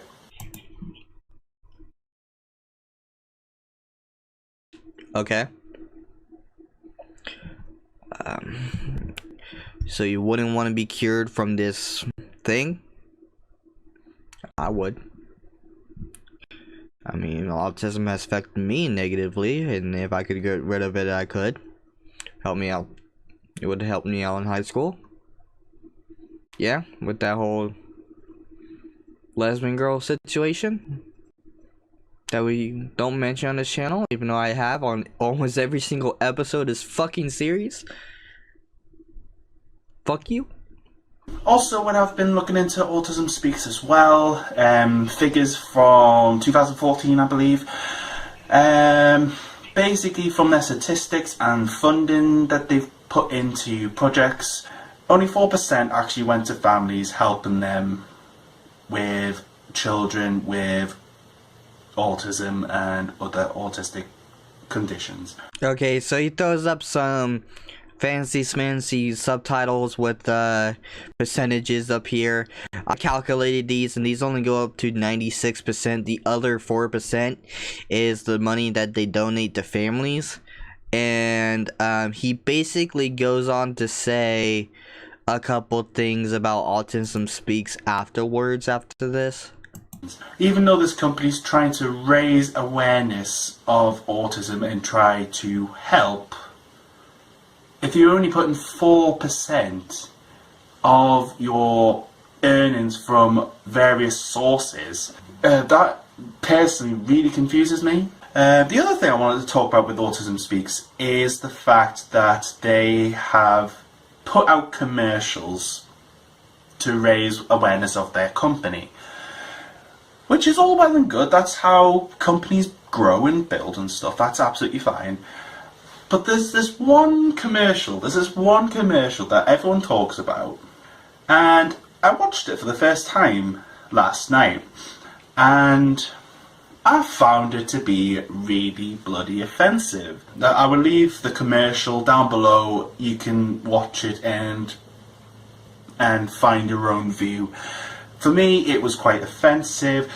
Okay, they put out some commercials. Okay, so good stuff. They're putting out commercials and stuff. So let's see what's so bad about this. I mean, you gotta get awareness for your disease or whatever the fuck this you want to call it, since you know it's such this terrible fucking thing. You want to get awareness for it. So let's see what's so wrong about it. All right, so let's go down to the description here and look at this stuff here. So we go to the description and let's see here, autism links. Okay, Autism Speaks 2016 commercial. Okay, let's click on it. This is the story of a boy who didn't talk for a long time. The boy liked things to always be the same. Any changes would scare and upset him. The unknown was an unfriendly place. The boy was very sensitive to lights and sounds. So he built secret hiding places where they couldn't get in. The boy didn't like looking people in the eye. He wasn't trying to be mean, it just made him feel uncomfortable. Sometimes he would flap his arms again and again. One day I found out I have something called autism. My family got me help. Slowly, I found my voice and learned all the ways I could live with it better. Early intervention can make a lifetime of difference. Learn the signs at autismspeaks.org. Okay, so far the commercial is pretty decent. It gives the symptoms of autism and basically gives you knowledge about the symptoms of autism so you can recognize it early. So I don't see anything bad with this, but if I go to the comment section, holy shit, I find some angry people. I have autism and I can speak for myself. Thank you very much. It's the top comment. Autism Speak doesn't know what they're talking about. Wow, such amazing talent wasted on some terrible organization. Like, what is so bad about Autism Speaks? I don't fucking understand. And this goes on throughout the entire comment section. Okay, I'll bite. What the hell is this? For those who don't have autism, this is like a PSA working with black people. PSA about working with black people? What? That displays black people holding up a KFC while eating a watermelon and speaking in a rap lyrics. What the fuck? I get what he's saying. He's saying that it's stereotypical, but why go in so much detail about, why couldn't you just say this is stereotypical for autistic people? I don't fucking understand. If I ask everyone what is autism, we still don't know the real answer. You have it, but we don't know what exactly it is. GG humanity. Not buying it for a second. Get bent. Autism Speaks. What is so... I can't stand this. Thanks to this commercial, my son felt ashamed of his diagnosis for the very first time. Way to go. You're perpetuating stereotypes about autism and making it sound like a defect. Knock it off. Okay, no, I didn't see anything wrong with this commercial. I showed you the entire commercial. It just basically shows the symptoms of autism. Yeah, maybe stereotypical, but those are the symptoms of autism. I didn't understand what Indie Andy was saying at this point. Until I went back to his video, looked in the description again, and there's a video called I Am Autism. You're going to go headfirst into this video like I did. Just thinking, okay, Autism Speaks, okay? Awareness for autism. If you didn't think the first commercial was bad, okay, that's understandable because I didn't. I didn't think the first commercial was bad. Until I clicked this link in the Andy's description box.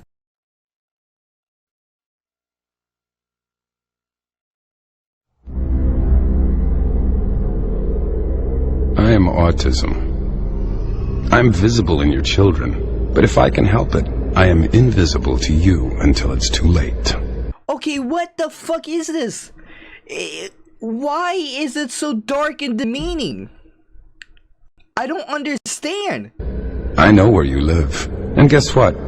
I live there too. Is it gonna, like, kill me or something? I hover around all of you. I know no color barrier, no religion, no morality, no currency. I speak your language fluently, and with every voice I take away, I acquire yet another language. Okay, so you're saying you're some type of parasite that you can take my voice? Is that like a metaphor for people not being to speak at an early age? Is that what it is? If you say it like that, you're saying it like you're like Ursula taking Ariel's voice box away. It seems way dark. Why is it so dark? I don't understand. I work very quickly. I work faster than pediatric AIDS, cancer. Now that's a face only a mother can love. I'm editing that out. And diabetes combined. And if you are happily married, I will make sure that your marriage fails. What? Whoa, wait. How does autism make sure my marriage fails? What? When I first heard this, I was rolling on the floor laughing. I couldn't believe what I heard. You're going to make sure my marriage fails because my child has autism, or that if I had autism, my marriage is going to fail. Why? Your money will fall into my hands, and I will bankrupt you for my own self-gain. I don't sleep, so I make sure you don't either. Okay, I can guarantee I know 2 little children within this household who has autism, and they sleep perfectly fine. I will make it virtually impossible for your family to easily attend a temple, a birthday party, a public park, without a struggle, without embarrassment, without pain. You have no cure for me. Okay. Your scientists don't have the resources, and I relish their desperation. Your neighbors are happier to pretend that I don't exist. Of course, until it's their child. I am autism. I have no interest in right or wrong. I derive great pleasure out of your loneliness. I will fight to take away your hope. I will plot to rob you of your children in your dreams. I will make sure that every day you wake up, you will cry, wondering who will take care of my child after I die. Whoa. Okay. I just now got what that just said. I didn't hear that the first time. I was possibly too shocked at what was in front of me. We're almost at the halfway point of this video. And it's so far making it seem like autism is the scariest thing on the planet. And you get this feeling while watching it so far that it's the scariest thing on the planet. They're really driving the point home with this one. Autism is this evil fucking thing that you don't want to have. You don't. They're really driving the point with this one. And the truth is, I am still winning, and you are scared. And you should be. I am autism. You ignored me. That was a mistake. I am autism, you ignored me, and that was a mistake. Judging by this 240p video, this video was probably made back in like, what, 08? I can't find anything about this video where it says where it was originally made. It's not something you ignore, because at this point in time you wouldn't even find out your child had it. I didn't find out I had autism until like 2013, 2012, and I was born in 97. So I was what, probably 14 maybe. Why is it feels like it's putting so much blame onto the parents. We're about halfway through this video. And to autism I say, I am a father, a mother, a grandparent, brother, a sister. We will spend every waking hour trying to weaken you. Alright, I'm just gonna stop it right there, because you already blew it. You blew it. Dude, the first half of the video making it feel like, you know, my child was going to die of autism. You already blew it. You can't make an uplifting thing now. You can't. It's too late. It's too late. And I'm gonna leave you with that. I'm just going to leave you with that one. I know this may have been a shorter episode or something, but I'm just going to leave you with that one. I can't believe what I just heard. I can't even finish the video. I can't even finish it because I'm flabbergasted. So if that 40 minute and 40 seconds didn't change your opinion about Autism Speaks, I don't know. What the fuck, Marine? What the fuck? Next time I'm going to do Fallout 76 like everyone voted on my Facebook page. But I feel since it's Autism Speaks week, month, whatever, to do this. If you have autism, don't feel afraid to have it. Don't feel like you are some broken human being. You know, I felt that way before when I had autism, and it's not a good feeling, you know? When I found out I had autism, I was afraid.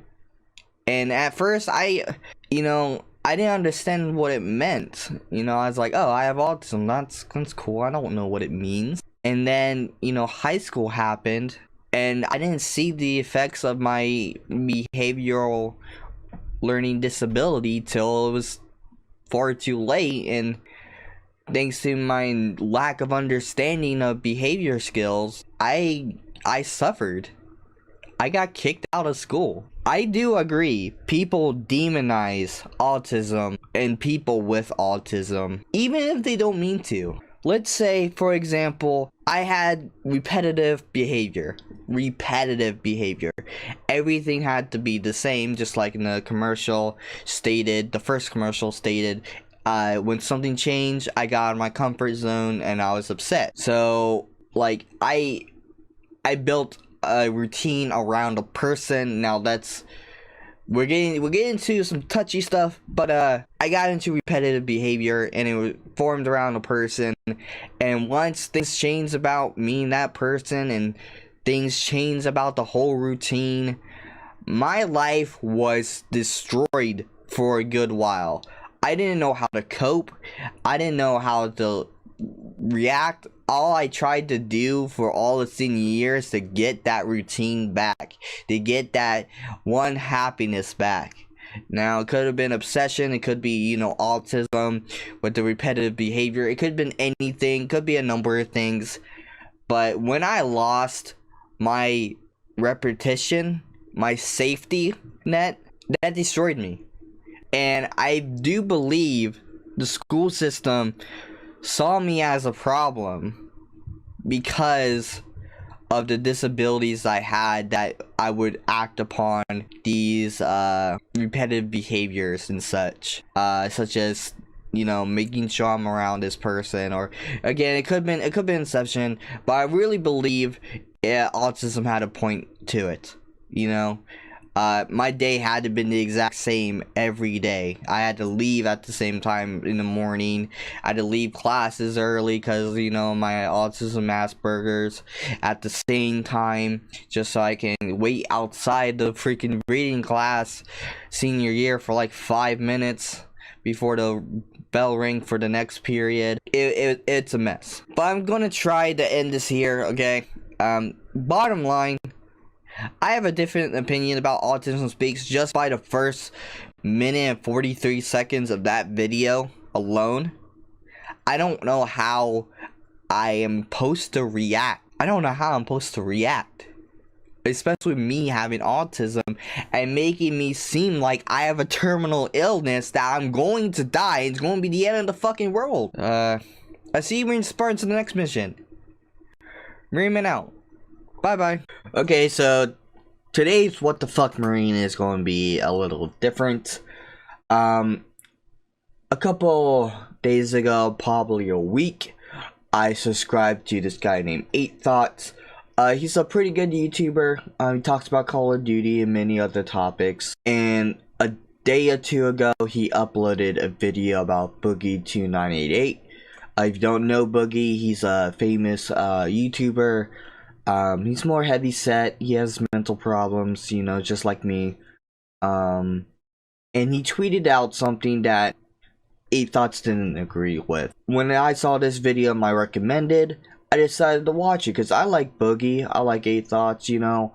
I want to see what he wanted to say. So today, we're going to re-watch this and see what 8 Thoughts have to say. So let's just get into it. The video up on YouTube. It was, you know, ranking the Call of Duties from worst to best or best to worst, and it was up for about 10 minutes, and I took it down. And I'm sorry for those of you who wanted to watch that, but I had to get this off my chest right now. I wanted to make this video because I'm pissed off, man. This Boogie298 guy, and this is important too, rather. This is way more important than ranking Call of Duty videos. This is like real life. It's going to help people because Boogie298 is an absolute and utter moron. And the guy has a huge following, has tons of people that listen to him, and the advice he gives on this important and Alright, let's stop it right there. So before he even gets into the advice that Boogie gives, he's already calling him a fucking moron and stuff, before even delving into what Boogie has said. I find this be out of line. You know, maybe his opinion is really bad. So let's get further into it. Anxiety issue, problem, and depression that he gives out to people is horrible. Horrible advice. No one should follow what he says, and he's leading people down the wrong path. And the guy, it pisses me right off. Okay, it pisses me right off. This guy is the biggest idiot. I goddamn know. And I'm tired. He says shit all the time. He says the dumbest stuff all the time. He tweets out the most dumb stuff I've ever heard in my damn life. And it's just this one is bad because it'll have a negative effect on people. So let me just show you what I'm talking about. So this idiot here, all right, Boogie2988, basically talking about big deal, big surprise, talking about depression, anxiety. Yeah. He's the biggest self-loather on the freaking internet. Yeah, it's not true. Anxiety here again. Like, so to summarize, if you are a fellow sufferer from anxiety, here's my advice. Get therapy, get medicated, get exposure therapy, invest in the fake it till you make it philosophy. Your therapist agrees. If you're struggling, I'm rooting for you. You got this. Love you. Alright, so get therapy, get medicated, get exposure therapy. I don't even know what exposure therapy is. Invest in fake it till you make it philosophy. So far, I already don't agree with Boogie on this. Therapy is only something that if you really need it, go ahead and get it. Get medicated. You know, I've been medicated my entire life, so I don't know how others should go about getting medicated if they need it or not. I don't know how they evaluate that. Get exposure therapy again. I don't know what that is. Invest in the fake it till you make it. That's just wrong. I don't want to put on an act the entire time. So far, other than completely bashing Boogie and calling him a fucking moron and an idiot, whatever, I agree with Fate Thoughts on this. You know, I think this is bad advice. It's not really good at all. So let's see what he has to say further on. Okay, sure. You know what? Let's just, first of all, let me take it down the notch here because I'm pissed off. But I'm going to take it down a bit and give him the benefit of that he at least is thinking what he's doing is like, you know, he's trying to help somebody. He's trying to be positive, trying to, you know, trying to just, I guess, give people advice. But the point is, it's completely and utterly irresponsible because this guy has, like I said, I don't know, how many followers does this dumb guy have? He has 700,000 followers, you know, millions of subscribers, hundreds of thousands of views, millions and millions and zillions of views, actually. And, like, you just can't be throwing this shit out here, dude. You can't just be saying this stuff. Like, first of all, you have no education, no university. I know it worked for you, right? Like, honestly, you're huge, you're fat, you have horrible health problems, horrible mental health problems, and, like, you should not be giving this advice. So, honestly, as somebody who has suffered with anxiety and depression before as well, who actually has gone to university, who has, you know, has some kind of, I guess, history, would one say, in, you know, schooling and university when it comes to mental health issues. Anyway, the point is that here is my advice, okay? Let me just get this out here, because do not listen to this guy. He, just because he has a bunch of subscribers doesn't equate him to be some kind of words of wisdom, okay? So please, by God, don't listen to these moron YouTubers out here, present company included, but I'm telling you right now, this information I'm going to hit you with really is something you should listen to. Your advice is horrible, Boogie. Here's my advice. Make sure you're eating healthy. Make sure you're avoiding caffeine and alcohol and drugs. Make sure you're exercising regularly. If you do all of those and don't feel better after 2 months, then see a therapist. Not first thing, get a therapy. Okay, fine. Get some therapy too at the same time. But honestly, you don't need to, because especially in America and our countries, you're going to pay a lot of money to see a therapist. Let's go back a little bit. Make sure, I feel all this advice that 8 Thoughts gives is more physical. I don't see how eating healthy and stuff will, you know, help my mental health.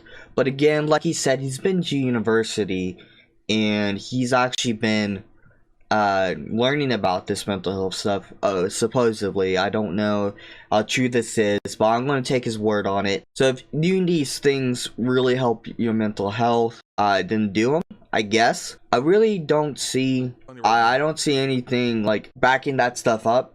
There's no sources or anything. But it's just advice, so I guess you don't really need it. Because especially in America and our countries, you're going to have to pay a ton of money to see a therapist, and you're going to have to wait a while to see one, unless you're, like, you know, suicidal. Then you should check yourself into a hospital. If you're really actually 110% going to smoke yourself, then don't even listen to any of this crap, anything I'm saying. Get yourself to a hospital, because trust me, it ain't worth it, and your mind will change. You may feel like doing it now, but I'm telling you, if you try to do it, you're going to regret it. If you trust me, it's a huge regret mistake. Don't get into it. But this guy's first thing: get therapy, get medicated. Get medicated. That's your first thing. Get medicated, get exposure therapy. Medicated is like only for the 10% of the population. Like, if you're like on the freaking ground, incapable of coping, needing like serious medical attention, you just cannot do anything in your life, maybe medication will work. But Alright, let's see this. 1 in 10 adults in the United States struggles with depression, and antidepressant medications are a very common way to treat the condition. However, pills aren't the only solution. Research shows that exercise is also effective treatment. For some people, it works as well as antidepressants.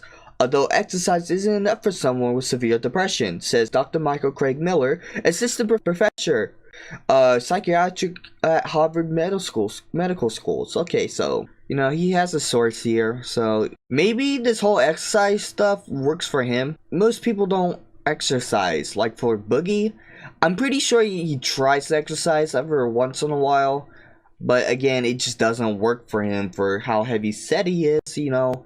It takes a lot of effort for him. Let's continue. Let's see what the rest of this video has to offer. After study, that if you eat healthy, if you avoid caffeine and alcohol and drugs, if you are exercising regularly, if you're getting good sleep, 90% of the time it may not cure. I mean, nothing is absolute in this world, but it will 110% have a much bigger positive impact on your life than this idiot right here.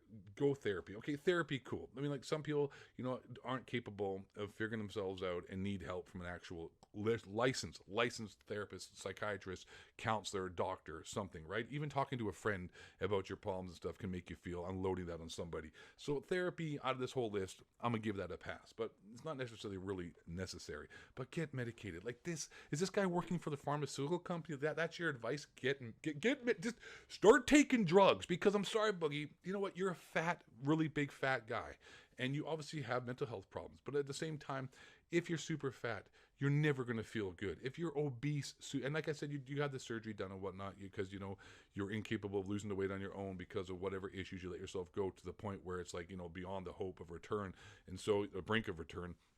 So you had to get the surgery, and you're like, you know, you're looking good, you got your teeth done and stuff. Like, I'm not trying to, you know, hate on this dude right here, but I'm pissed off. Okay, this is what I really want to talk about. I'm trying not to hate on this dude, he says. But in the thumbnail, he has Boogie's picture with the subtitle "idiot" on it. He's calling him a moron the entire time. The simple thing he could have done is like, Boogie, I don't agree with you, dude. You know, these things I believe are wrong, blah, blah, blah, blah. And here's my thoughts on it.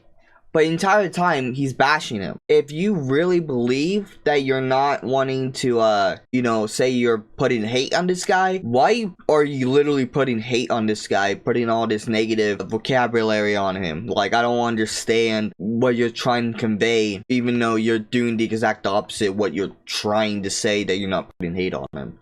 Because this guy just spouts this bull on a regular basis without any kind of, like, the guy, like, it isn't going to take a rocket scientist to figure out that Boogie isn't a rocket scientist. Like, he ain't exactly, like, you know, one would say highly educated, highly intelligent, you know. It's just really, really irresponsible to be going online and throwing this shit out there, man. And I'm pissed off. I'm just pissed off, and I'm sorry. I took the other video down because this is more important. I just want to throw it up.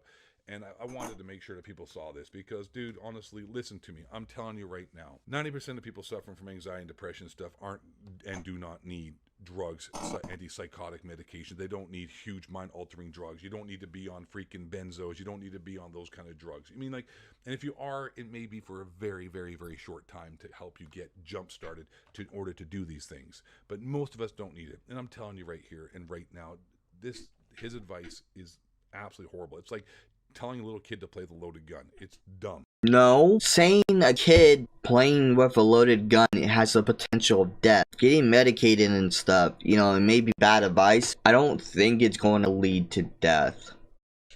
So just make sure you're eating healthy. Make sure you're avoiding caffeine and drugs. And just exercise regularly. And I almost could guarantee you that you will feel copious amounts better. And at the same time, if you're having other issues in your life that you're just not dealing with, see a therapist as well. But get medicated. Do exposure therapy. Like, you're not even a psychologist and you're giving out freaking advice like how exposure therapy. Invest in the fake it till you make it fly. Like, holy, I mean, talk about the most... sorry, this pisses me off. Anyways, I hope you enjoyed the video. I'm just going to let it rip, man. I'm gonna upload this. I'm sorry I took their one down. I had to upload this video over that because, you know, Call of Duty can kiss my ass compared to actually helping people out with mental health problems. Really, honestly, a little more important, a little more poignant, and whatever. And thanks for watching the video. You got my message. You got my point. If you're new here, listen. This is how we roll. Thanks for watching. Y'all be cool. And I'll see you on the next video. Take care, everybody. So that wasn't a bad video. It wasn't. And, you know, you're probably wondering why am I even covering it at this point if I agree with 8 Thoughts. Yeah, I had my gripes about him just completely calling Boogie an idiot. And, you know, you're probably wondering why I'm doing this. So, kind of went on the deep end with the whole idea Boogie like that, you know. I don't even understand the whole idea of bashing someone to get your point across. Yeah, so we are going to go to Twitter real quick and show basically the debacle that happened afterwards. Again, I went on the deep end. I became Dick Rider. You know, I was wrong. And I guess I got what I deserved, kind of. But I don't feel like it was necessary, you know. But what do I mean? I'll show you in just a freaking second, dude. Okay, so this is my Twitter, you know. We're gonna go to 8 Thoughts real quick and see, you know, what he tweeted about Boogie.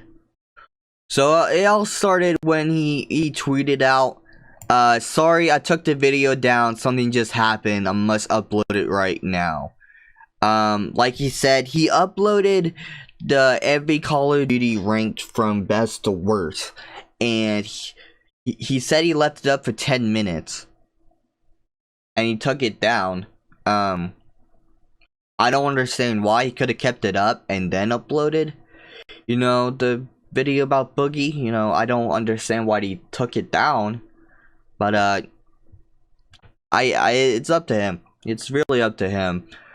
So then he tweeted, about to tear Boogie and asshole so big you could fit his watermelon head up it. Stand by for video. I'm heated. Okay, so it seems like he's gonna try to expose Boogie from this point.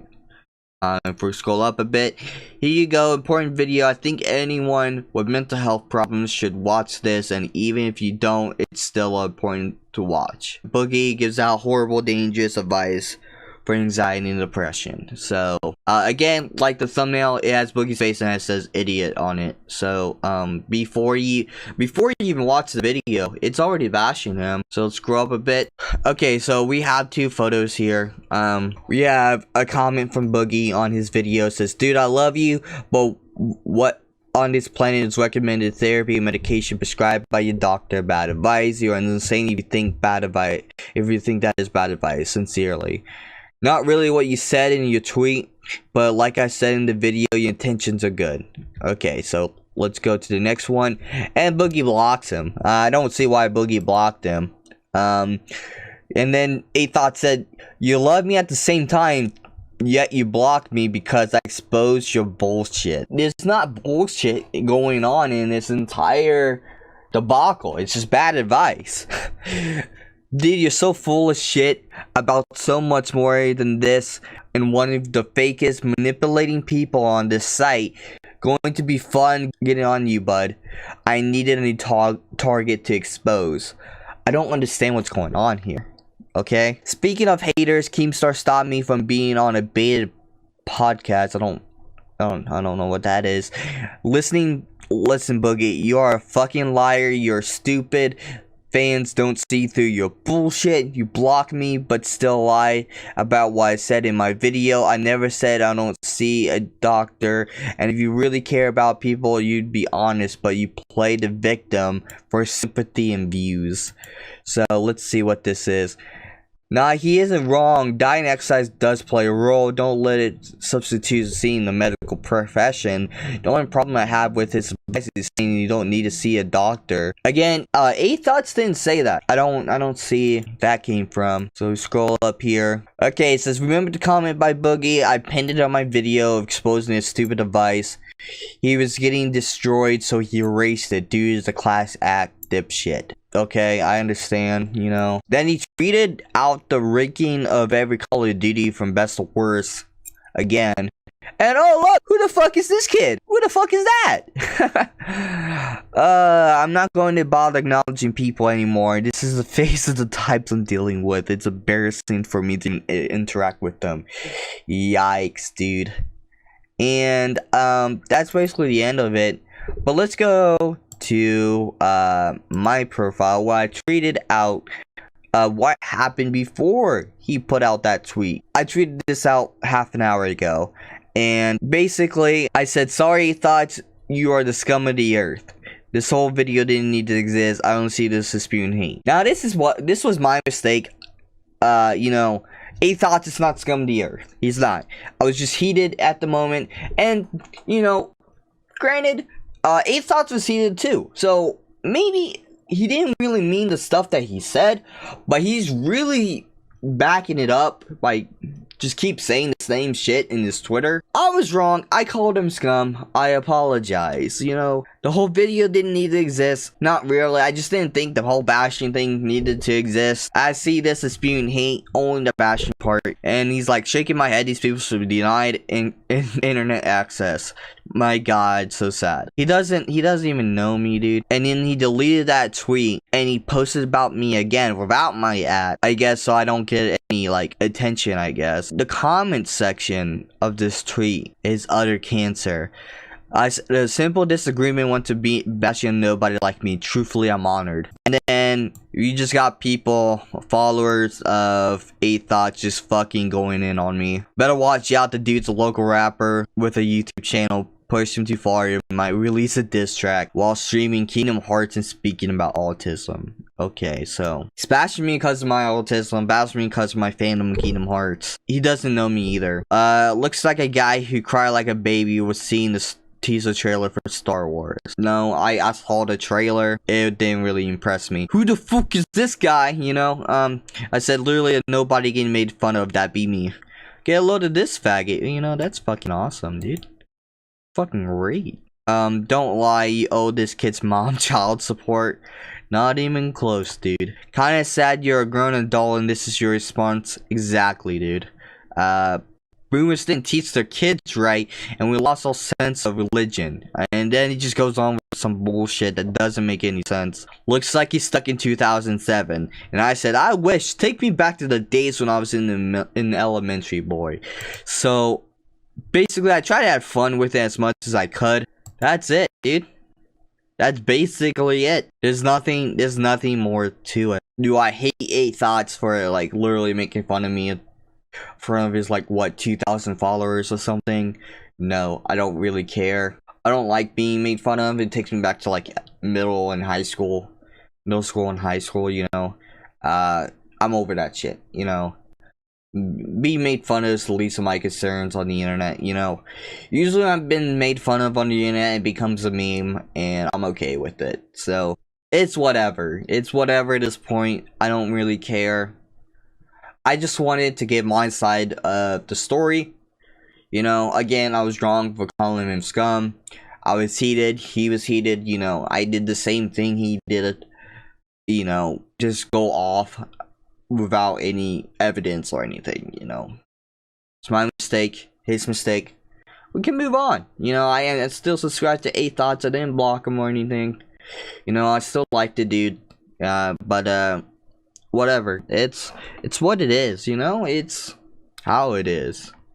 So, I hope you mean Spartans enjoyed this What the Fuck Marine episode. Next time, I don't know what I'm gonna do. Hopefully we don't have any more problems with YouTubers.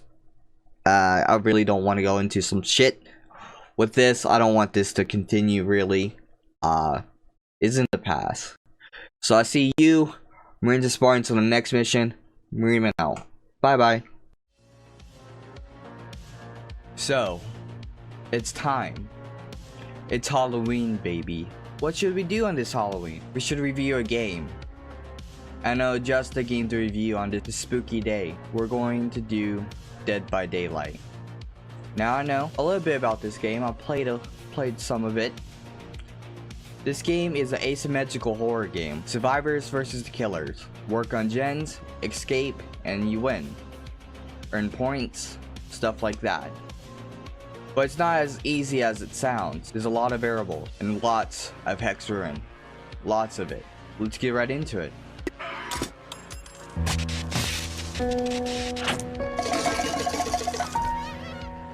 It's Halloween, guys! Okay, where to possibly begin? I guess let's start off with the lore. The basis of the game involves around this entity, and the survivors and the killers are trapped in what's called the Nightmare Realm, and they must complete the trials for the entity. I guess it's for the entity's entertainment or something like that. The developers are probably trying to develop a story in the background of the game. I don't know. Each character has a fleshed out story in the character bios. For example, my favorite, Fing Ming, I call her Ling Ling, but that's besides the point. She likes computer games ever since she was a little kid, and then she grew up into esports. She pushed herself farther and farther and became tormented by her thoughts of disappointing her parents and fans. Then for some reason became a drunk and started waking up in weird places. So I guess she woke up in the Nightmare Realm one day and was forced to play against the entity. My question is, why did the entity pick her? She did nothing wrong. And that's with all the survivor bios. There would lead some tragic thing happening to the survivor, them getting left in the woods, and say always with the woods. It's really weird. And my only conclusion is that the entity is literally in the woods just taking people. And that's just kind of weird how it just picks and chooses whoever comes into the woods. Because in the bios, for Dwight, he's like left in the woods while the others just leave him. Poor Dwight. Well, kind of explains why everyone plays as him as a bot shitter. No one plays Dwight right. That was hard to say. So on with the game's core. Each player has 4 perks and 2 add-ons and an offering. The add-ons and offerings are special consumables. For killers, the add-ons are for their powers to make them stronger, but for the survivors, the add-ons are used for items like health kits and toolboxes. So toolboxes can fix generators faster or break a hook faster, stuff like that. Some killers' perks are called hex perks, which means the totem will hold the perk's power on the map. If the totem gets cleansed, say goodbye to your perk. The actual objective is to work on 5 gens. I think there's 7 on the map. Open the door and escape before the killer kills you. But once you open the door, there's like a time limit, and it's kind of forcing the survivors to rush, so good fucking luck. Also, there's a hatch. The hatch opens when there's 1 survivor left. If the killer closes it, the timer starts. Or if a survivor has a key and opens the hatch early, they can use that key to escape, even if there's still the gens to be done. And even after the killer closes the hatch, it's possible to open it again, and it's possibly a lifesaver for many survivors. After each game, you level up your survivor, your killer level, your overall level, or your rank level. So that's a lot of leveling to do, but if you're bad, you rank down. So be good, and if you aren't good, get good. And that's only the tip of the iceberg. I haven't mentioned the vaulting, I haven't mentioned the basement, I haven't mentioned half the aspects about this game that makes it a little bit more bullshit. You can make your own perk build to make your character or killer really stronger and mostly overpowered. You put a combination of perks together and you could go super fucking fast, or you can vault really fast, or you can have impossible skill checks. Shit, I forgot about the skill checks. Each time the player works on a generator, there's a skill check that will go off, and it will have a little circle thing and will show the skill check, and that's where hex ruin comes in. Every time you work on a skill check, it pauses the generator progression. So yeah, it's just really bullshit for the survivors. I haven't shown you any gameplay with audio, at least, that has us playing, and if you want to see it, I guess I'll throw some in right now. Rooms. I've not seen a single generator. I'm moving in place. I'm moving. I've not seen a single generator. I don't know how to get upstairs. Don't even bother. He wasn't. He was actually just running.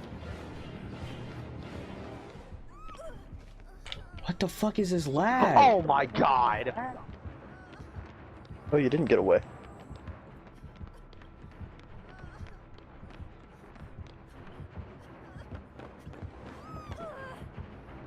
Oh, great. That was so bad. Like, all this upstairs, downstairs bullshit, this map is terrible. Love it so much. Map is awful, dude. I haven't seen a single generator. Like, what?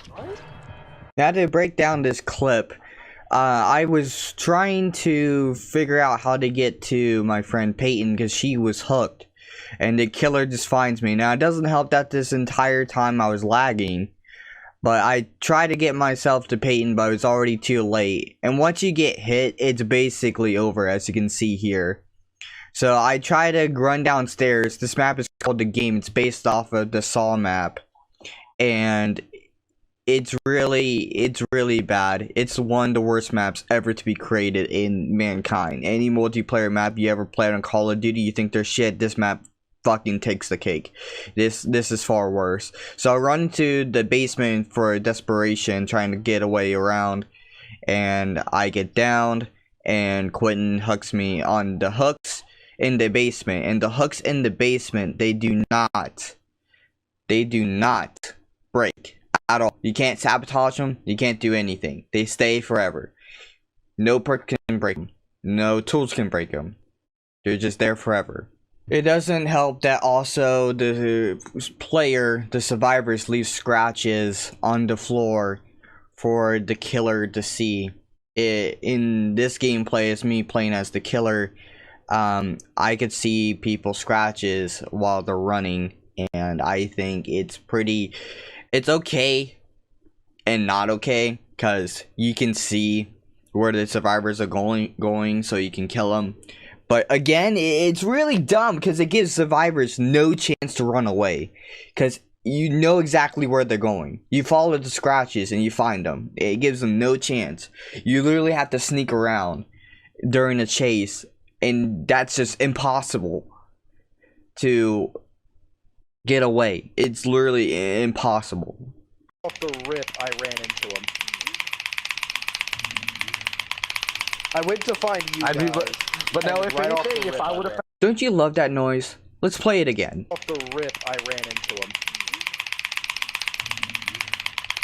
I went to find you guys. But now, if anything, if I would have... You gotta wiggle that analog all around to wiggle out the killer's grasp. And if they have iron grasp, you gotta do it harder, because it's harder to get out. I love that noise. I don't. I hate it. I wish it could have been a button or something else, but we figured out if you just rotate the analog instead of flicking it all around, it works the same way. So that's what we did for the first like 10 episodes of this game, is just flicking that analog, and it is really annoying. Really annoying. Another complaint I have about this game is that the lobbies just don't work anymore. They updated this game from this footage, and the lobbies are different. They work different. You can... after every match, you had to leave your party after every match and invite your friends and then go back into a match. Now you can just go back into the lobby with your friends and go back into the match easily without having to invite every single time. That's broken. The entire lobby system. Custom games is fucked. Custom games almost never work. It never starts up. We usually take about an hour and a half trying to get custom games to work when like all 5 of us are on. Sorry about that. I have my notifications on. But when all 5 of us are on, it takes forever to get a game started, because we gotta find the right host, and the game just won't work. And then when you're looking for a game, it just still doesn't work. That's my major gripe about the game, is that it just doesn't work. And stop fucking messaging me, people. I am doing a what the fuck Marine. I gotta concentrate. You fuck. But anyways, it doesn't really work. now. It angers me. There's this whole, like, prestige system I haven't gone into. When you reach max rank or max level as a character, you get to prestige them and go through the blood web again. And it's kind of weird how the blood web works, because that's how you get your consumables, and you complete that blood web and you level up your character. It's really weird how that works. Other than that, it's an okay game. I don't hate it. I don't like it that much, but I still play it. It's something to grind, and it's something to do. So that's basically all I have to say for this What the Fuck Marine. Sorry it's a little bit smaller. These game reviews are a lot harder to make and a lot more time consuming. And I could go farther and farther into the depths of the lore or into the mechanics, and you just get the point. It's not 10 out of 10, but it's not 5 out of 10. I guess it's more of a, like, maybe a 6 out of 10 if I had to give my professional critical opinion about this game. But that's all I have for you guys. So I hope you enjoy this video. It's the Halloween special, the 31st. So I hope you kiddos who are still eligible to go trick-or-treating, go out, get some fucking candy. I hope you adults like me and you have a good night, drink well, drink safely, and yeah, I see you, Marines and Spartans, on the next mission. Marineman out. Bye bye.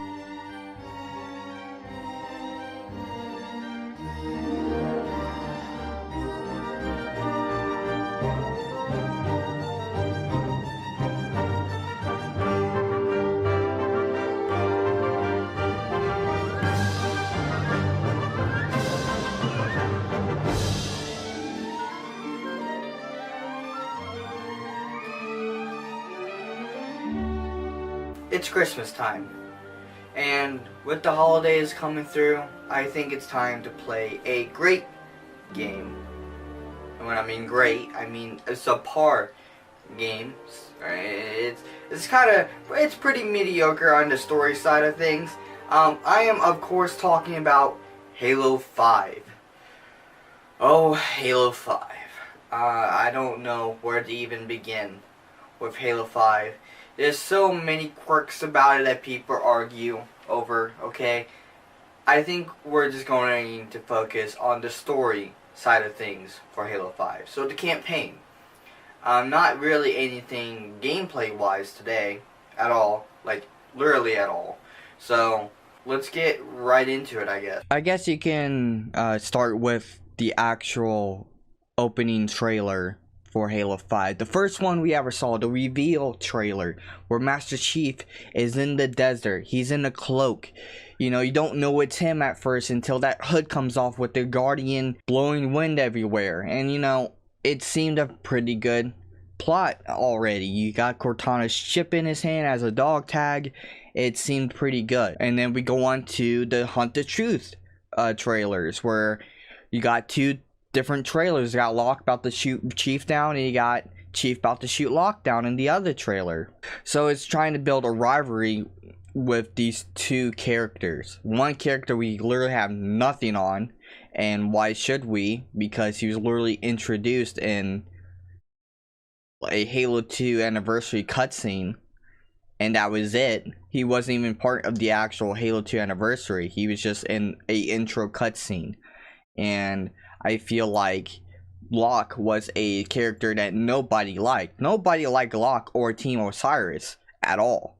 Like, at all. And that's the major gripe about this game, is that this game is all Team Osiris. That's all it is. It's just all Team Osiris. You get 3 missions, 3 lousy missions with Blue Team, with the Master Chief and his crew.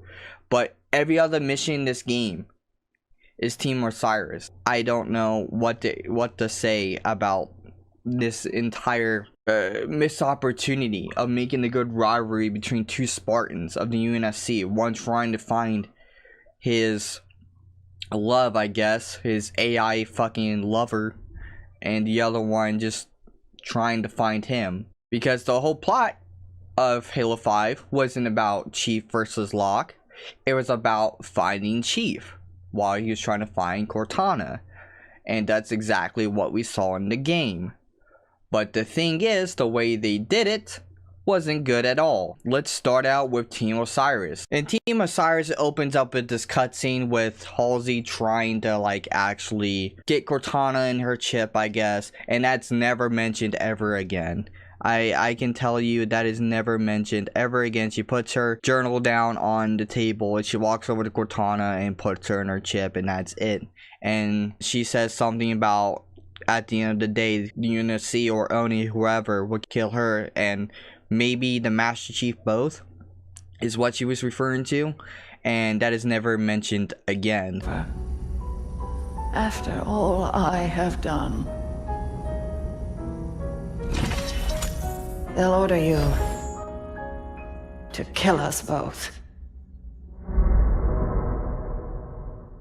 Then we go into the Team Osiris opening, where they're getting briefed on taking on Halsey and trying to find her from Jul 'Mdama. Jul 'Mdama was actually a character from the Spartan Ops series from Halo 4.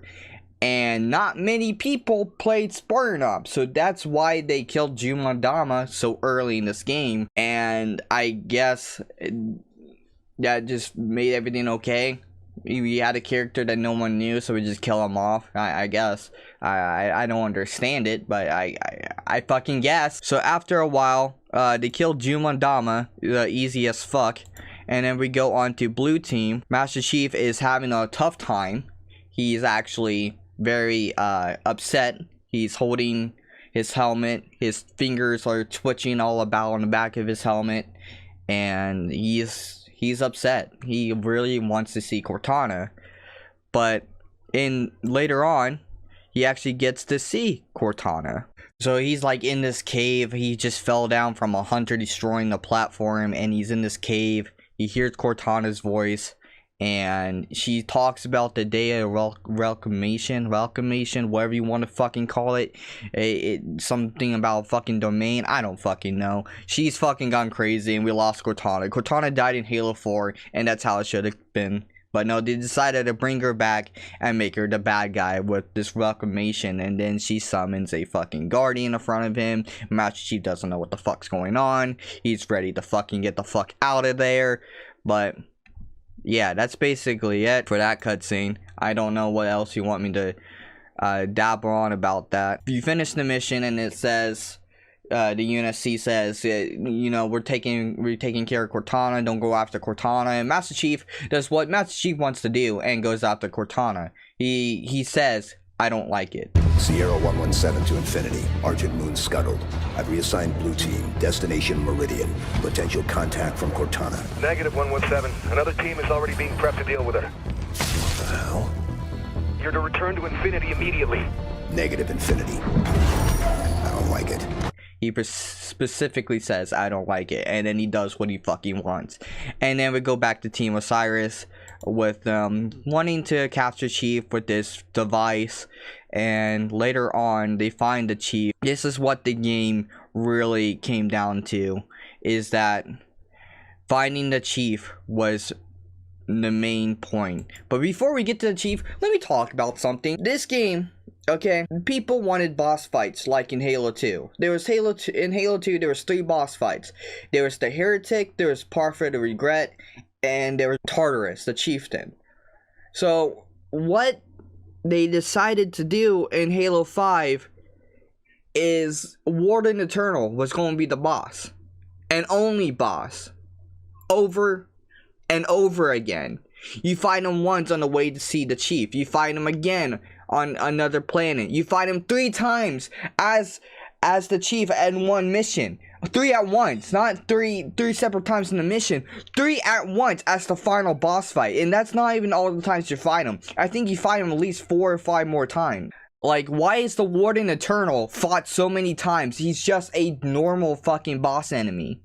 Copy and paste, and you know how to take him down, especially if you play on Legendary. They just try to mix it up, like, oh, this time there's 2 wardens and some ads. This time there's 3 wardens, and then there's no more warden after that. The final mission doesn't have a final warden boss fight. The final mission has a firefight section as the final part you have to do. So, going back to the story though, because that is what we're talking about today. I just had to get that out. So you talk to Warden Internal, you beat Warden Internal, and you get to go to the Chief. And Chief, you know, this is what the game has been, you know, trying to get to with the whole like rivalry. Chief basically beats his ass after he gets his visor destroyed. That's about it. It's not anything special, you know. They kind of stumble around. It's nothing. It's not a special fight. It's really disappointing. It made me sad. So now the Guardians are waking up because Cortana woke them up, and they look nothing like they did in the beginning trailer, the reveal trailer. They look completely different. They're blue and not orange, and whatever is going on with that. They look disgusting. I believe they were even called War Phoenixes before they were called Guardians. So they get into Pelican, they escape, and then you go back to Blue Team on, you know, Genesis. You talk to the Warden. The Warden says some bullshit. You go around trying to find Cortana. You don't really find Cortana. You kind of do, but you kind of don't. And then you go back to Team Osiris. And basically, you're on Source and Helios to get help from the Arbiter. Because people wanted to see the Arbiter. And the Arbiter wasn't around in Halo 4 for some reason. And now the Arbiter is back. He's about to get fucking killed, and you go and save his ass. You need to help Arbiter win the war against the Covenant. You do that, and then you get teleported to Genesis as Team Osiris, and you know, kick some ass. And then on the Breaking, which is the only good mission in the game, I feel, you make your way as the Master Chief in the Domain and try to find Cortana. And it gets to the point where you find Cortana after defeating the 3 Wardens, by the way. And she's not naked anymore, which made me mad. I mean, the reason why she was naked is because she needed protection. It was a sign of protection. Now she's like in this armor. She has the Domain or wherever, the logo, the fucking thing on her chest. She basically has gone crazy. She tries to lock up Blue Team in one of those balls that the Didac was in. Cryptum. It was called a Cryptum. And so you get locked up in the Cryptum, and the last mission is basically you trying to get the Chief out of the Cryptum. You do that, no problem, after Cortana says some bullshit, and the legendary endings basically her humming in front of our Halo ring.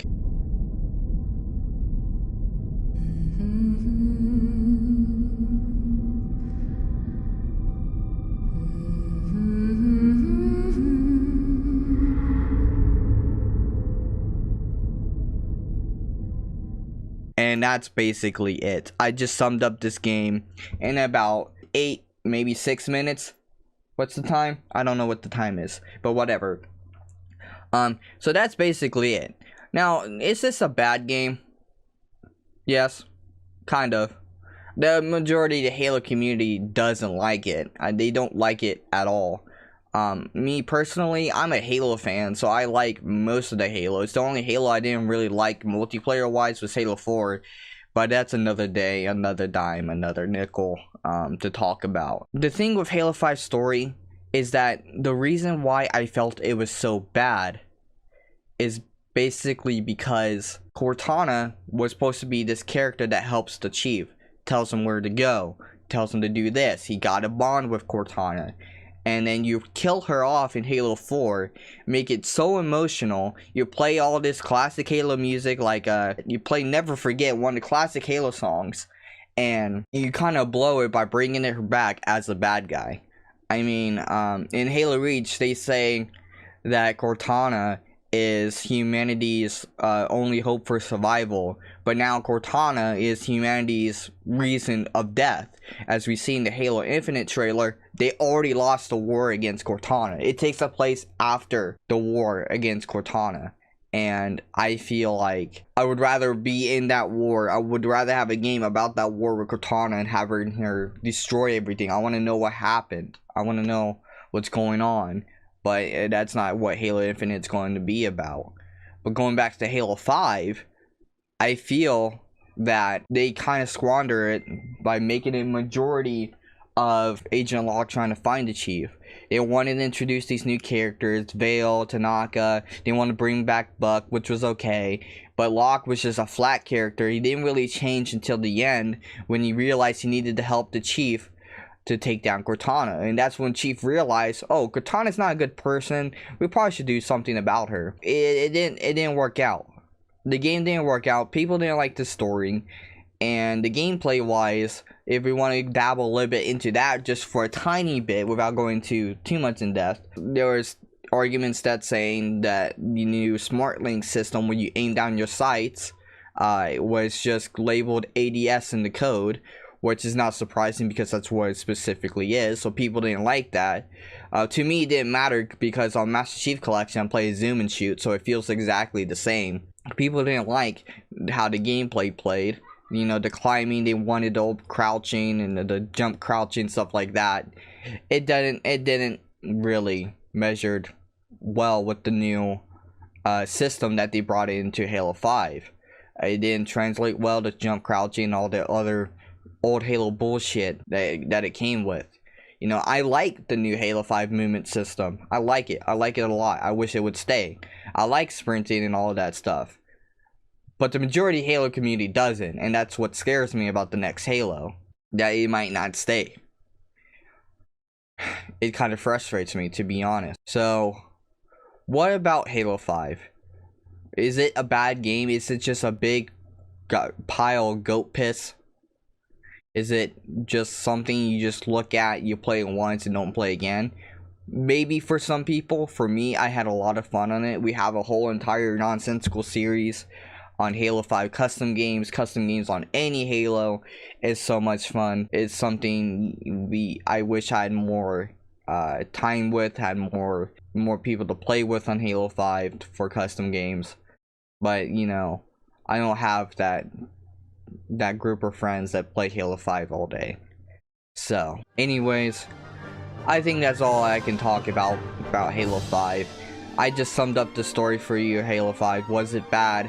It was kind of bad. It wasn't the worst thing we've seen today or on the series of What the Fuck Marine, but it was pretty bad.